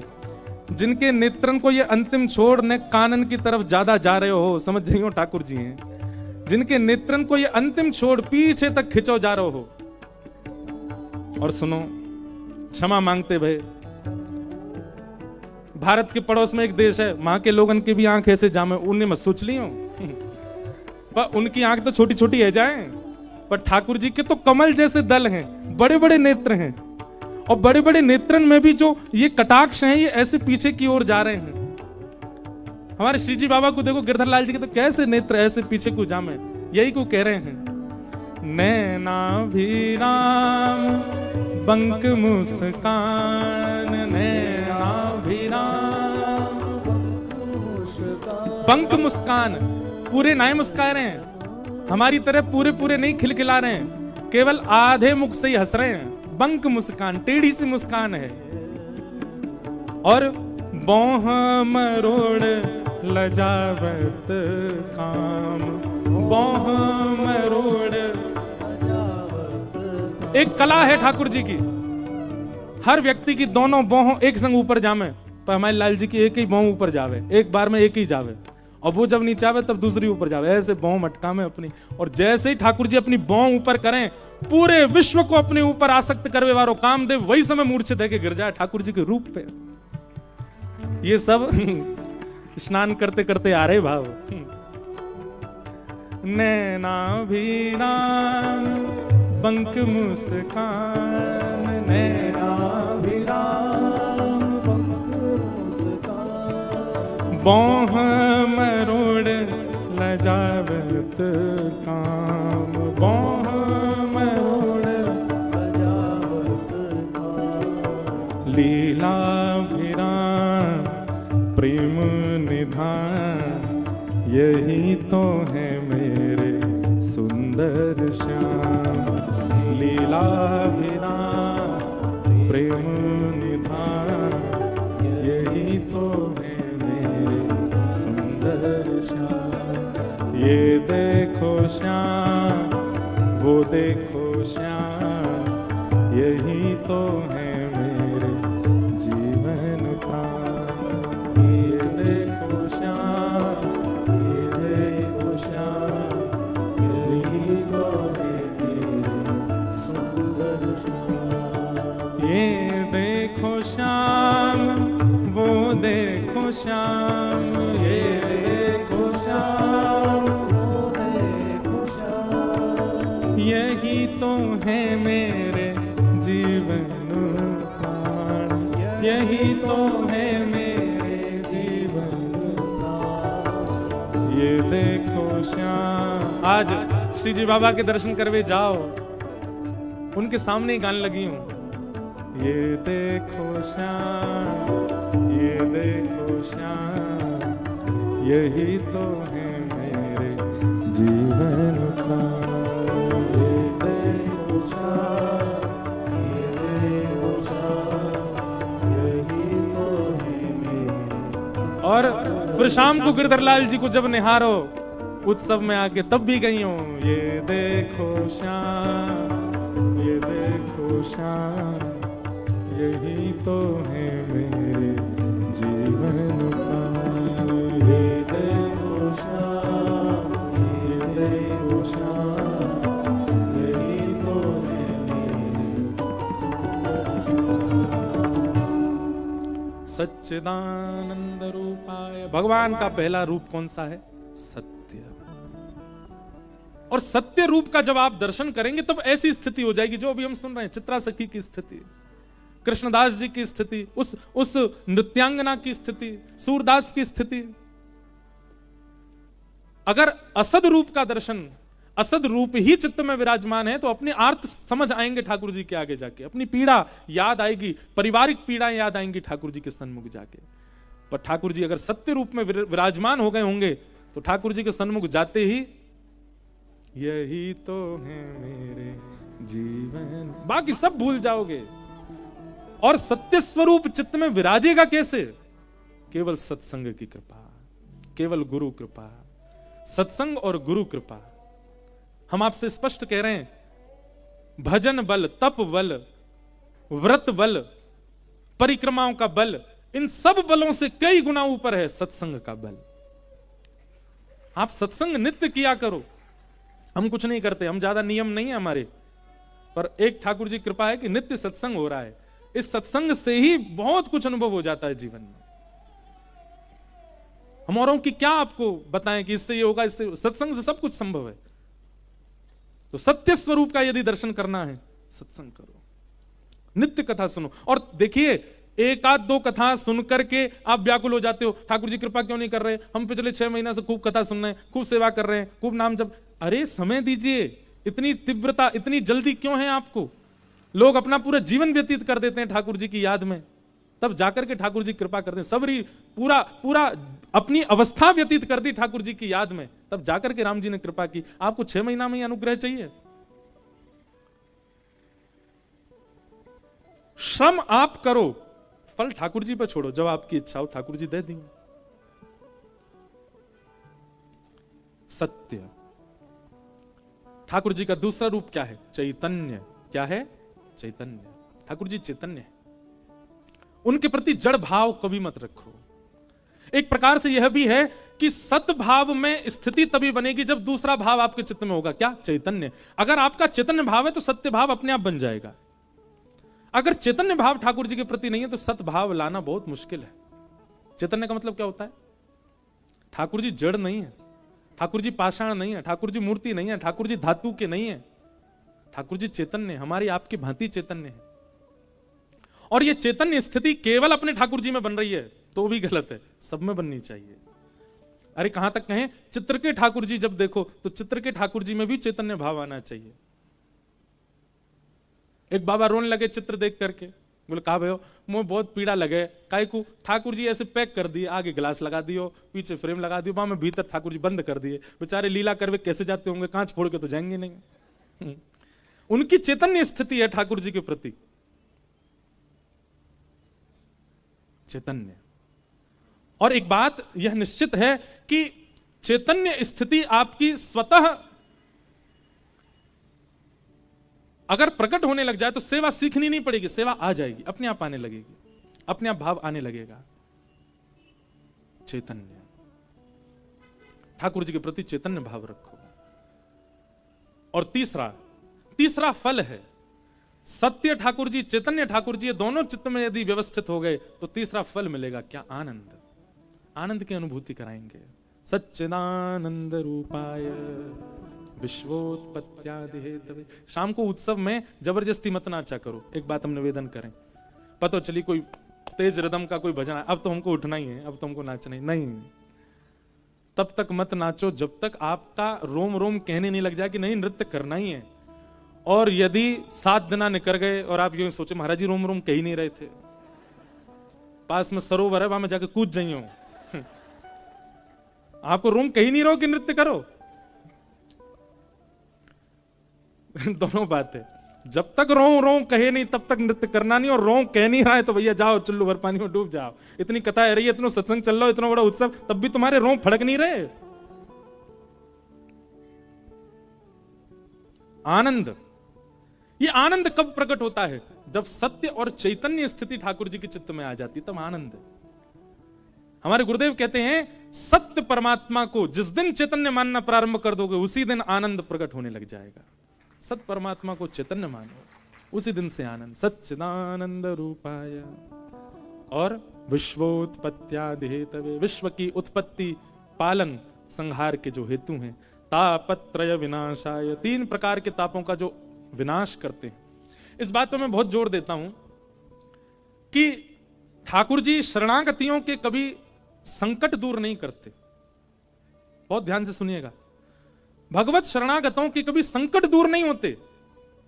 तो क्या होता है? संकट से जूझना आ जाता है, संकटों से लड़ना आ जाता है, संकटों में कैसी बर्ताव करना वो आप सीख जाते हो। ये भगवत शरणागति से होता है। आप भजन कर रहे हैं और उसके पीछे अगर आपका भावना ऐसी है कि ये संकट क्यों नहीं जा रहे मेरे जीवन से, इसलिए भजन मत कीजिए। भजन करने से संकट जो आते हैं उनको अब देखो, स्कूल पढ़ने जाते हो, टीचर पढ़ाते हैं।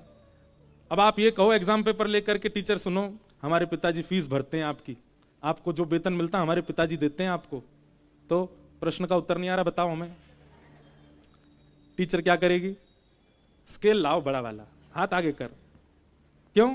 अरे भाई ये परीक्षा है, इसका मतलब ये थोड़ी है कि तुम हम यहां पे ये कहोगे हमारे पिताजी वो देते हैं तो हमको उत्तर बताओ। परीक्षा तो देनी ही पड़ेगी। ऐसे ही ठाकुर जी से जब व्यक्ति करता है, रोज 1 लाख नाम जप करता हूं मैं, रोज अग्निहोत्र करता हूं ठाकुर जी, रोज परिक्रमा करता हूं, रोज श्रीनाथ जी सुबह मंगला करने जाता हूं, फिर भी मेरे को कष्ट दे रहे हो ठाकुर जी, तब फुटा ढूंढते हैं बड़ा वाला। अरे संकट जीवन में आ रहा है भैया, उससे जूझना सीख। ये परीक्षा है, परीक्षा तुझे पार करनी होगी। इसका मतलब ये थोड़ी कि तुम मुझे गुहार लगावे मैं इतनी इतनी आप पे पूजा करता हूं, आप कुछ नहीं कर रहे हो।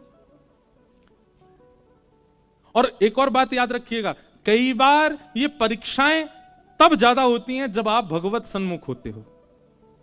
आप जब तक भगवत विमुख थे, यहां काय को खड़े हैं भैया सब लोग, आप ये जो लोग भीड़ खड़ी है यहां पे, ओ भैया सुनो रे, ये जो यहां लोग खड़े हैं, आप लोग बैठ जाओ ना, कहीं स्थान मिल जाए। यहां खड़े कब तक रहोगे? अब लेट आओगे तो लेट ही पाओगे भैया। ये सब सुबह तक आके बैठ गए तो ही मिल गए, जहां जहां स्थान मिले सब बैठ जाओ। सच्चिदानंद, तापत्रय विनाशाय। ठाकुर जी कष्ट दूर नहीं करते, ठाकुर जी कष्ट से जूझना सिखा देते हैं, कष्टों से लड़ना सिखा देते हैं, कष्ट का सामना, परीक्षा देना सिखा देते हैं ठाकुर जी। ये ठाकुर जी का स्वरूप है, ये ठाकुर जी का स्वभाव है। तो आप श्रीजी बाबा के सन्मुख यदि हैं तो इसका मतलब है आप कष्टों से निवृत्त होना सीख जाओगे। कष्ट दूर नहीं होंगे, बुखार तो आएगा, खांसी तो होगी, संबंधों में दरार तो आएंगी, घर वाले आप पर अविश्वास तो करेंगे, पत्नी संदेह तो करेगी, पति के ऊपर शक तो बनेगा, बच्चे कहां नहीं मानेंगे। ये सब एक भक्त के जीवन में भी होगा, पर एक सामान्य संसारी व्यक्ति इन सब अवस्थाओं में जैसा व्यवहार करता है, भक्त का व्यवहार वैसा नहीं होगा। भक्त का व्यवहार सामान्य होगा, भक्त का व्यवहार भक्ति भाव वाला होगा।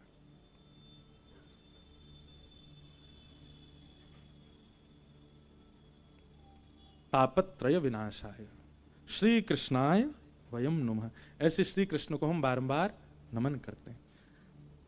तो कल ये श्लोक प्रारंभ हुआ महात्मा का, और हम यहीं रह गए, तो एक श्लोक से महात्मा पूर्ण कर रहे हैं। बोलो भागवत महापुराण की। अब भागवत जी के प्रथम स्कंद में हम लोग प्रवेश कर रहे हैं। प्रथम स्कंद का प्रथम श्लोक, जन्माद्यस्य यतोऽन्वयादितरतश्चार्थे स्वविज्ञस्वराट् तेने ब्रह्म हृदय आदि कवये मुह्यन्ति यत्सूरयः तेजो वारिमृदां यथा विनिमयो यत्र त्रिसर्गो मृषा धाम्ना स्वेन सदा निरस्तकुहकं सत्यं परम धीमहि। परम सत्य परमात्मा को हम ध्यान करते हैं। जो परमात्मा कैसे हैं? जन्म आदि से जो परे हैं। देखो, भाव है तो ठाकुर जी का जन्मोत्सव, और भाव नहीं है तो वो परब्रह्म, उनका जन्म कभी नहीं होता। इसलिए हमारे ब्रज की स्थिति में ज्ञान और वैराग्य होने चाहिए, पर कैसे होने चाहिए? भाव युक्त ज्ञान, भाव युक्त वैराग्य। कई लोगों में केवल ज्ञान होता है, कई लोगों में केवल वैराग्य होता है, भाव नहीं होता दूर दूर तक। ऋते ज्ञानान न मुक्ति, ये वेद वाक्य है कि ज्ञान के बिना मुक्ति नहीं मिलती। लेकिन हम एक बात कहना चाहेंगे, भाव युक्त ज्ञान है तो ही मुक्ति होगी, नहीं तो ज्ञान तो रावण को भी था, ज्ञानी तो रावण भी था। भाव युक्त ज्ञान, भाव मतलब प्रेम युक्त ज्ञान। कथा से हम क्या सिखाना चाह रहे हैं? इस उत्सव का उद्देश्य, परसों प्रेस कॉन्फ्रेंस में हमसे पूछ रहे, महाराज जी इसका उद्देश्य क्या है? ये जो आप करते हो, आपके घर के ठाकुर जी अपने घर में ही कर लो उत्सव, जगह जगह जाके क्यों करते हो?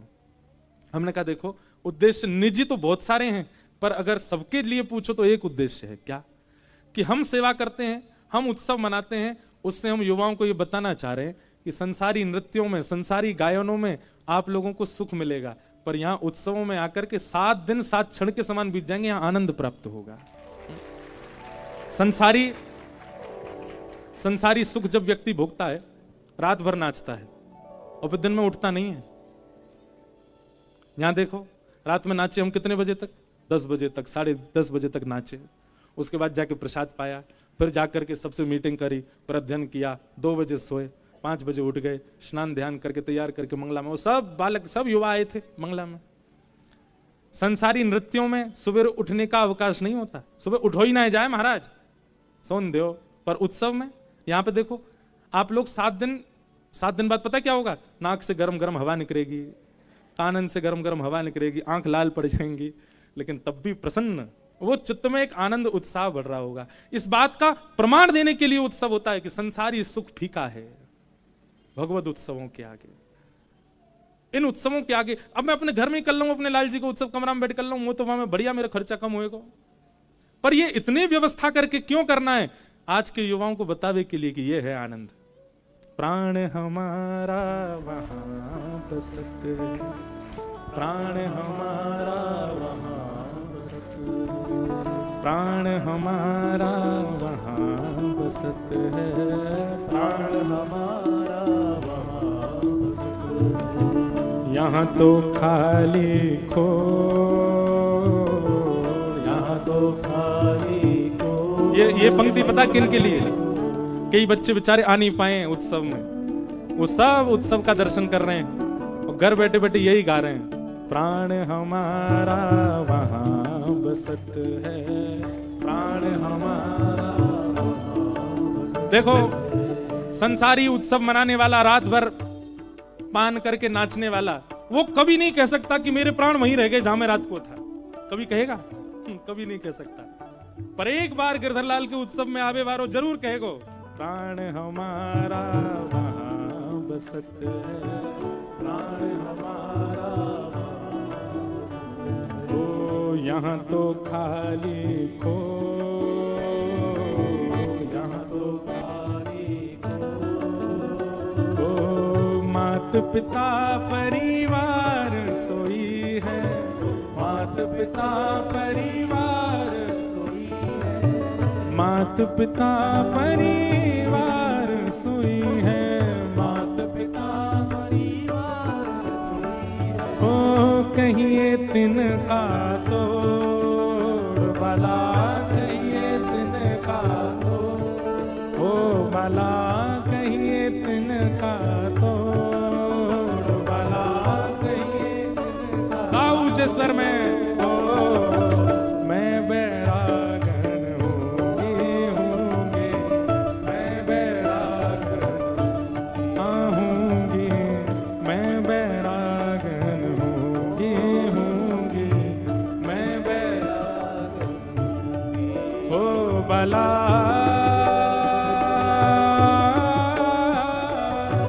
मैं बैरागन हूँगी, मैं बैरागन हूँगी, मैं बैरागन। देखो ये पद भी मेरा गुरु है, क्योंकि इस पद ने गिरधर लाल जी से बहुत सारे बालकों को जोड़ा है।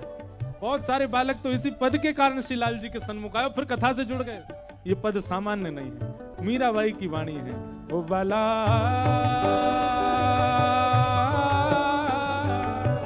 मैं बैरागन हूँगी, मैं बैरागन हूँगी, मैं बैरागन हूँगी। ओ जिन भेषा मेरो सावरो रीझे, जिन भेषा मेरो सावरो रीझे, जिन भेषा मेरो गिरधर रीझे, जिन भेषा मेरो गिरधर रीझे, जिन भेषा राधा रमण जूरी है, जिन भेषा राधा रमण जूरी है, जिन भेषा राधा वल्लभ जूरी है, जिन भेषा राधा वल्लभ जूरी है। मैं सोही भेष धरूंगी हो, मैं तो सोही भेष धरूंगी। अरे हाँ मैं तो सोही भेष धरूंगी हो, मैं तो सोही भेष धरूंगी। अरे हाँ मैं बैरागन होंगी, मैं बैरागन होंगी, मैं बैरागन होंगी, मैं बैरागन। बोलो श्रीनाथ प्यारे की जय हो।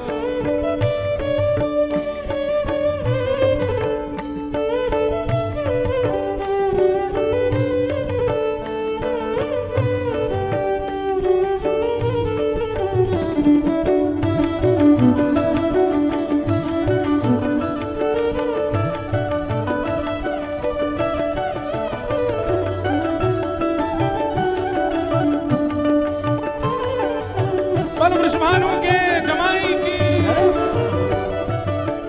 कहो तो कुसुमल साड़ी रंगावा, कहो तो कुसुमल साड़ी रंगावा, कहो तो कुसुमल साड़ी रंगावा, कहो तो कुसुमल साड़ी रंगावा। ओ कहो तो भगवा भेष, कहो तो भगवा भेष, कहो तो भगवा भेष, कहो तो भगवा भेष। ओ कहो तो मोतियन मांग भरावा, कहो तो मोतियन मांग भरावा, हाँ कहो तो मोतियन मांग भरावा, कहो तो मोतियन मांग भरावा। ओ कहो छिटकावा के शोभला, कहो छिटकावा के, ओ भला कहो छिटकावा के शोभला। कहो छिटकावा के। अरे हाँ मैं बैरागन होंगी, मैं बैरागन होंगी, मैं बैरागन होंगी। और इस वाली पंक्ति को तो पूरे जोर लगा के कहा करो, पूरे विश्वास के साथ कहा करो। और विशेष रूप से वो लोग जो तिलक लगाते हैं, जो कंठी पहनते हैं, जो नित्य श्रृंगार केवल ठाकुर जी के लिए करते हैं, वो तो पूरे भाव से कहो, जिन भेषा मेरो सांवरो रीझै, जिन भेषा मेरो सांवरो रीझै, जिन भेषा मेरो गिरधर रीझै, जिन भेषा मेरो गिरधर रीझै, जिन भेषा मेरो प्रियतम रीझै, जिन भेषा मेरो प्रीतम रीझै, जिन भेषा राधा रमण जुरी झै, जिन भेषा राधा रमण जुरी है। मैं सोही भेष धरूंगी हो, मैं तो सोही भेष धरूंगी, अरे हाँ मैं बैरागन होंगे, मैं बैरागन होंगे, मैं बैरागन होंगे, मैं बैरागन। और मीरा भाई, इस वाले पद में हमने 2 ही पंक्ति गाई है, अभी 3 पंक्ति और हैं इस पद में। क्या कह रही है मीरा भाई? हे गुरु के ज्ञान रंगू तन कपड़ा, गुरु के ज्ञान रंगू तन कपड़ा, गुरु के ज्ञान रंगू तन कपड़ा, गुरु के ज्ञान। और मन मुद्रा पहरूंगी, मन मुद्रा पहरूंगी, और प्रेम पीयूष हरि गुण गाऊं, प्रेम पीयूष हरि गुण गाओ, प्रेम पीयूष हरि गुण गाऊं, प्रेम पीयूष हरि गुण गाओ, हे चरणन लिपट रहूंगी हो, मैं तो चरणन लिपट रहूंगी, हो, मैं तो चरणन लिपट रहूंगी हो, मैं तो चरणन लिपट रहूंगी, अरे हाँ मैं बैरागन होंगे, होंगे, मैं बैरागन होंगे, हो बाला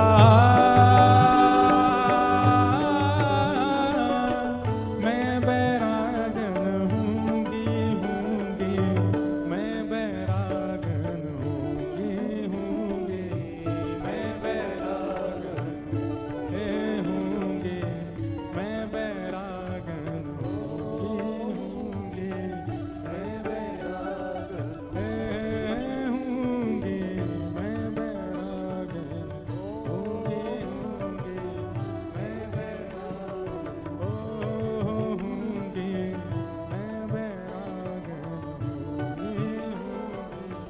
मैं बैरागन। बोल गिरधर लाल प्यारे की, गिरिराज धरण की, श्याम सुंदर श्री यमुने महारानी पूछरी के लौटा की। क्या बात है वंशी वारे श्याम। अभी कथा बची है, बैठो विराजो। वाह,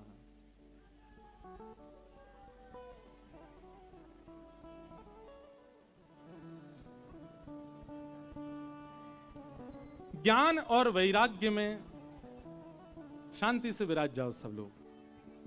ज्ञान और वैराग्य में जब तक प्रेम निश्रित नहीं होगा तब तक भाव का उद्दीपन नहीं हो सकता। ज्ञान बहुत जरूरी है, वैराग्य भी आवश्यक है, त्याग भी जरूरी है, पर प्रेम युक्त प्रेम आवश्यक है। ठाकुर जी जन्म आदि से बिल्कुल परे हैं, पर यही ब्रज की लीला में आ जाए, यही श्रीनाथ जी के चिंतन में आ जाए, यही अनेक भावों में आ जाए, तो वहां सब श्रेष्ठ हो जाता है। वहां ठाकुर जी जन्म भी ले रहे हैं, वहां ठाकुर जी सबन के संग खेल भी रहे हैं, ठाकुर जी को चोट भी लग रही है, ठाकुर जी को पीड़ा भी हो रही है। निर्गुण निराकार निरीह ब्रह्म जब प्रेम के सांचे में ढलते हैं तब कृष्ण बन जाते हैं। आप यदि प्रेम उपासक नहीं हैं तो आपके लिए वे नारायण रूप में रहेंगे, वे चतुर्भुज रूप में रहेंगे। लेकिन यदि आप प्रेम उपासक हैं तो आपके लिए वो कृष्ण बन करके आएंगे और कृष्ण लीला करेंगे।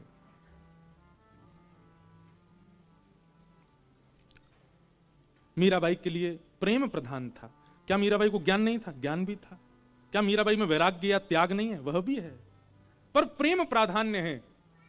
प्रेम प्रधान जब होता है तो ज्ञान और वैराग्य सब प्रेम के पोषक बन जाते हैं और उसको पुष्ट करते हैं।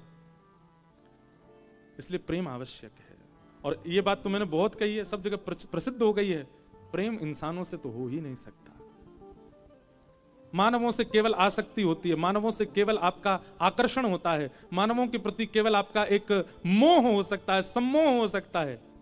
अगर चित्त में प्रेम प्रकट होगा तो वो श्रीनाथ जी को देख के ही होगा, राधा रमण जी को देख के ही होगा, राधा वल्लभ जी को देख के ही होगा। व्यक्ति विशेष को देख करके हो रहा है तो आकर्षण है। और एक चीज, हाँ, व्यक्ति विशेष में गुरु के प्रति प्रेम हो सकता है, और प्रेम जिससे काम कोसों दूर है वो प्रेम है। नंददास जी का चरित्र आता है। हमारे नंददास, देखो बहुत ध्यान पूर्वक सुनिएगा इस चर्चा को, कि कई बार व्यक्ति के अंदर दोष भी यदि अतीत हो जाता है और उस समय गुरु कृपा हो जाए तो वह दोष भी भगवत प्राप्ति करा सकता है। एक एक शब्द बहुत ध्यानपूर्वक सुनिएगा। कई बार वे लोग तरने से रह जाते हैं जिनमें दोष भी परिपूर्ण नहीं है और भक्ति भी परिपूर्ण नहीं है, बीच के हैं। कथा आ रही है तो भक्त बन गए, और बगल में ही आपको अगर थोड़े वो डिस्को वाले गाने चला दूं, वहां पर जाके नाच भी लिए। ऐसे वालों की गति ज्यादा खतरनाक है। इसलिए जो इस तरीके के हैं, कभी वहां कभी यहां, कभी वहां कभी यहां, कभी वहां, सावधान हो जाइएगा आप लोग। क्योंकि भगवत प्राप्ति या तो उसको होगी जो पूर्ण रूपेण वैष्णव हो चुका है, पूर्ण रूपेण एक ही तरफा है, और हां उसको भी हो सकती है पूर्ण रूपेण उसी तरफ है।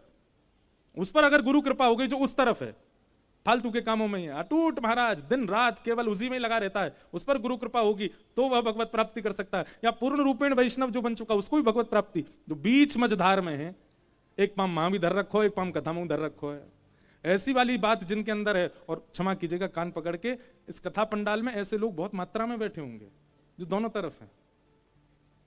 हमको कई बार हमारे ही कई मित्रजन, मित्र इतने हैं नहीं पर कह देते हैं, अरे भाई कभी कभी कथा से भी ऊपर उठा करो, कभी कभी पैंट वैंट पहन लिया करो, थोड़ी जीन्स वीन्स धारण करके ना चला करो, थोड़ा कहीं कुछ करिए।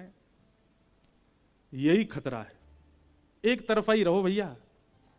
ये दोगलापन होता है, दोनों तरफ जिनके भाव होते हैं, वो भी कर लिया ये भी कर लिया। कभी कभी इसको, अच्छा इसको लोग मॉडर्न दिमाग वाले और कहते हैं, नहीं नहीं, जब जब कथा हो, जब जब भक्ति का माहौल, घर में यज्ञ अनुष्ठान हो तो वैसे ही रहना चाहिए। पर नहीं, हमारे मित्रजन जब आए तो उनका भी सम्मान करना चाहिए, उनके लिए बोतल वगैरह भी मंगानी चाहिए, उसका भी पान आदि करना चाहिए। इस प्रकार की भावना जिनकी है, हंस तो गए आप लोग, लेकिन ये बात हम प्रमाणित रूप से मंच से कह रहे हैं, इनकी गति कभी श्रेष्ठ नहीं हो सकती जो दोनों तरफा है। एक तरफा हो जाओ। लाल जी के उत्सव से एक संकल्प लेके जाइयो, एक तरफा ही रहना है। और ये इसलिए भी कह रहा हूं मैं, युवा बहुत बैठे हैं यहां पर, आप लोगों को विचलन करने के लिए बहुत सामग्री आएंगी आपके सामने। 2024 तक अपनी मनमानी कर ली, अब 2025 से हमारी मनमानी कर लो, एक तरफा हो जाओ। आपको उस तरफ रहना तो वहीं के परिपूर्ण रहो, पूरे पूरे रहो वहीं के, वहां पर भी चूक मत करो। और यहां रहना तो यहां पर भी परिपूर्ण रहो, यहां भी चूक मत करो। अब रही बात, तो फिर महाराज जी, फिर संसार में तो कई जगह ये संबंध, इस प्रकार का व्यवहार निभाना बड़ा मुश्किल है। इस प्रकार का व्यवहार संसार में निभाना बहुत मुश्किल है। कई बार माता पिता ही बालकों के द्वेषी हो जाते हैं, जो बहुत कथा सुनते हैं, जो बहुत ज्यादा सत्संग करते हैं। कई बच्चों ने तो ऐसे पत्र भी भेजे, आप ये हमारे पिताजी का नंबर महाराज जी प्लीज आप एक बार कह दो वो हमें भेज दें, या हमारी माता जी का नंबर आप एक बार बोल दो वो हमें भेज दें। आपके घर की अपनी निजी परंपरा, निजी भाव, निजी समस्या, उसमें हम दखलंदाजी क्यों दें। पर एक बात है, वैष्णव यदि बालक चित्त में धारण कर रहा है वैष्णवता, इससे माता पिता को कष्ट नहीं होना, प्रसन्नता होनी चाहिए। कम से कम वो व्यसनी तो नहीं बन रहा, कम से कम वो गलत मार्ग तो नहीं चुन रहा, कहीं कम से कम रात में 2 बजे तो आपको गोद में उठा के नहीं लाना पड़ रहा, कहीं पड़े थे नाली में, पिताजी क्यों उठा लाए, क्या सुंदर बिल्कुल नवीन जल बह रहा था मुख पे होके। गण जन मेरे पैर दबा रहे थे, पता चली गण नहीं थे, वो सूकर थे। ऐसी स्थिति में तो नहीं है बालक। एक तरफा हो जाओ। तो रही बात व्यवहार कैसे निभाया जाए, मीराबाई ने भी तो निभाया। मेवाड़ से मीराबाई तब तक नहीं गई जब तक अपने सारे कर्मों से निवृत्त नहीं हो गई। खूब ननद ने भी कष्ट दिए, खूब उनके देवर ने भी कष्ट दिए, परिवार ने खूब कष्ट दिया, पर सबको सहती रही। और जब मीराबाई को लगा कि अब मेरा यहां रहना कोई उचित तो नहीं है, अब यहां रहने से केवल और कारण बना था, मीराबाई को विष देने के लिए एक वैद्य को बुलाया, उससे कहा कालकूट विष बनाओ, मीरा को पिला दो और ये कह के पिला देना कि तुम्हारे हरि का चरणामृत है, तुम्हारे हरि का चरणामृत है। हरि चरणामृत मान करके मीराबाई पी गई, कुछ नहीं हुआ मीराबाई को। तो सब लोगों ने जिन्होंने ये क्रिया की, उन्होंने उस वैद्य को बुलाया, बोलते हैं कैसा विष बनाया, मीरा को तो कुछ नहीं हुआ। बोले महाराज वो विष पीना तो दूर, उसको सूंघ लो तो उसका विष, वो विष प्रभाव कर देगा, इतना कालकूट विष था, मीरा पर उसका प्रभाव क्यों नहीं हुआ मुझे नहीं पता। सब लोगों ने कहा इसमें एक बूंद बचा है, अगर तुझे कुछ हो गया तो हम मान जाएंगे कि ये विष सच्चा था, और तुझे कुछ नहीं हुआ तो हम तुझे मार देंगे। वैद्य बोला दोनों तरफ मरना है मेरा, तो पी के कुछ हो गया तो मर जाऊंगा, और पी के कुछ नहीं हुआ तो ये मार देंगे। जैसे वैद्य ने मुख से लगाया प्राण निकल गए, मुख में झाग आ गए, परिवार के लोग रोने लगे, मीराबाई से कहने लगे तुम्हारे कारण हुआ। तब मीराबाई ने ठाकुर जी का रात भर संकीर्तन किया, और ठाकुर जी, वो पद बहुत सुंदर है, मुझे ढूंढना पड़े, बहुत समय लगे नहीं तो मैं गाता। मीराबाई ठाकुर जी से कहती हैं नाथ जिस प्रकार मुझ पर कृपा करते हो इस पर भी कृपा करो, एक बार कर दो, फिर उसके बाद कभी ऐसी प्रार्थना नहीं करूंगी।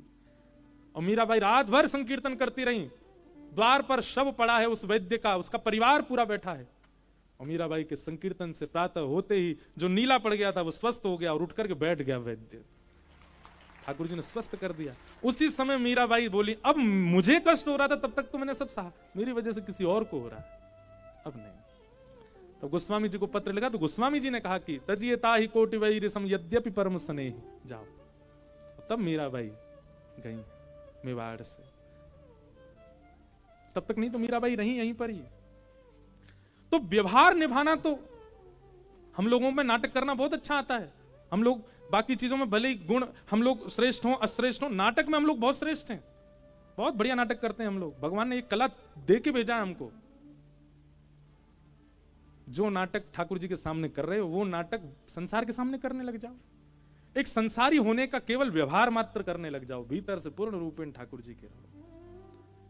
इस प्रकार से निर्वहन कर सकते हो एक तरफा रह करके, एक तरफा पूर्ण रूपेण रहो, व्यवहार जब आवे संसार जब आवे तो नाटक करो वहां पे, हाँ हम तो भैया यहाँ के हैं, अरे वाह ब्याह में जोड़ा जोड़ी कितने बढ़िया लग रहे हैं, छोरा छोरी दोनों हैं, मनी मन सोच रहे हो कि हे प्रिया प्रियतम आपसे सुंदर कोई नहीं, पर उनके मुख पे जाके करो आहा तुम्हारी नाक का तिल कितना बढ़िया, तुम्हारे गले का जेवर कितना बढ़िया, पर मनी मन क्या सोच रहे हो हे श्यामाजू आपके रूप पर तो वारी जाऊं। अब ये तो व्यवहार मात्र है ना, करना पड़ रहा है, व्यवहार में रहने लगो, पर चित्त से एक तरफा हो जाओ, तन से कैसे भी रहो, चित्त से एक तरफा हो जाओ। इसको भी गलत मत ले लेना, महाराज जी कह गए तन से कहीं भी रहो, तो तन से भी वहां जाके वो सब ये भी तो तन ही तो खा रहा है, तन ही तो पी रहा है, मन से थोड़ी स्वीकार कर रहा हूं मैं, ला भाई एक गिलास बना दे, मन नहीं पिएगा मेरा, तन पिएगा। महाराज जी कह रहे थे कथा ऐसा नहीं करना, बहुत कोट कर करके कथा करनी पड़ती है, कौन क्या अर्थ निकाल ले पता नहीं। तो एक बात हमारी ध्यान पूर्वक सुनिए, एक तरफा हो जाइए, या तो पूरे संसार के ही रहो या फिर यहां के रहो, दोनों तरफ रहोगे घाटे में रहोगे। और इसका प्रत्यक्ष प्रमाण श्री नंददास, एक विचित्र सी घटना है नंददास जी का जीवन चरित्र। श्री नंददास जी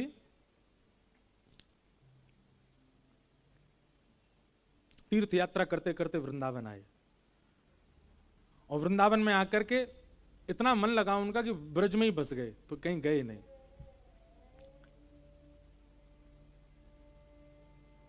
परंतु एक दिन नंददास वृंदावन में भ्रमण कर रहे थे, बहुत अच्छा लग रहा था, यमुना का पुलिन सघन वन सब जगह भ्रमण करते करते तभी उन्होंने क्या देखा, एक घर के ऊपर एक परम सुंदरी युवती खड़ी है, उसका मुख देख करके नंददास जी स्तब्ध हो गए, पलक झपकना भूल गए अपने, देखते रहे उसके चित्त को, उसके स्वरूप को।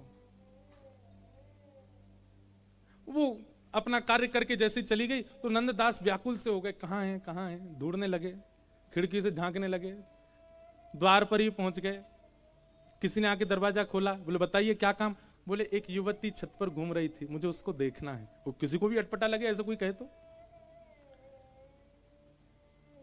उस युवती को भी बहुत अटपटा लगा। वो गोसाई जी की कृपा पात्र थी, श्री विठलनाथ जी की, और ठाकुर जी की सेवा भी करती थी। पर देखो ठाकुर जी कैसे आपको खींच के लाते हैं, कहां से किस स्थिति में ले आते हैं। इसमें भी गुरु कृपा भगवत कृपा दोनों विद्यमान है।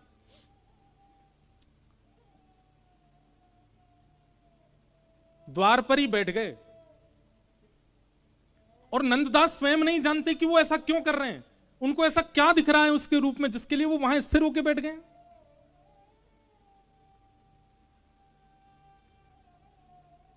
अब तो जैसे ही वो झांकने के लिए आवे उतनी ही झांकी कर ले नंददास जी उसकी, उसको देखने में इतने तत्पर हो जाए। उनके पति, विवाहिता थी, उसके पति लौट करके 2 दिन बाद आए तो उसने पति को बताया, बोले द्वार पे बैठे हैं और ये पता है क्या कहते हैं? बोले उनको देखना है मुझे तो बड़ा अटपटा लगता है इनके सन्मुख जाना। पति ने जाकर के नंददास जी से कहा, बोले ये आप जो व्यवहार कर रहे हैं उचित नहीं है, ये कैसे आप यहाँ बैठ करके और उनको देखना चाहते हो, ये कोई अच्छी बात है ना? तो आपके लिए अच्छी ना हमारे लिए अच्छी, आप जाइए यहां से, ये कोई उत्तम व्यवहार नहीं है आपका। नंददास जी बोले मैं स्वयं जानता हूं, पर पता नहीं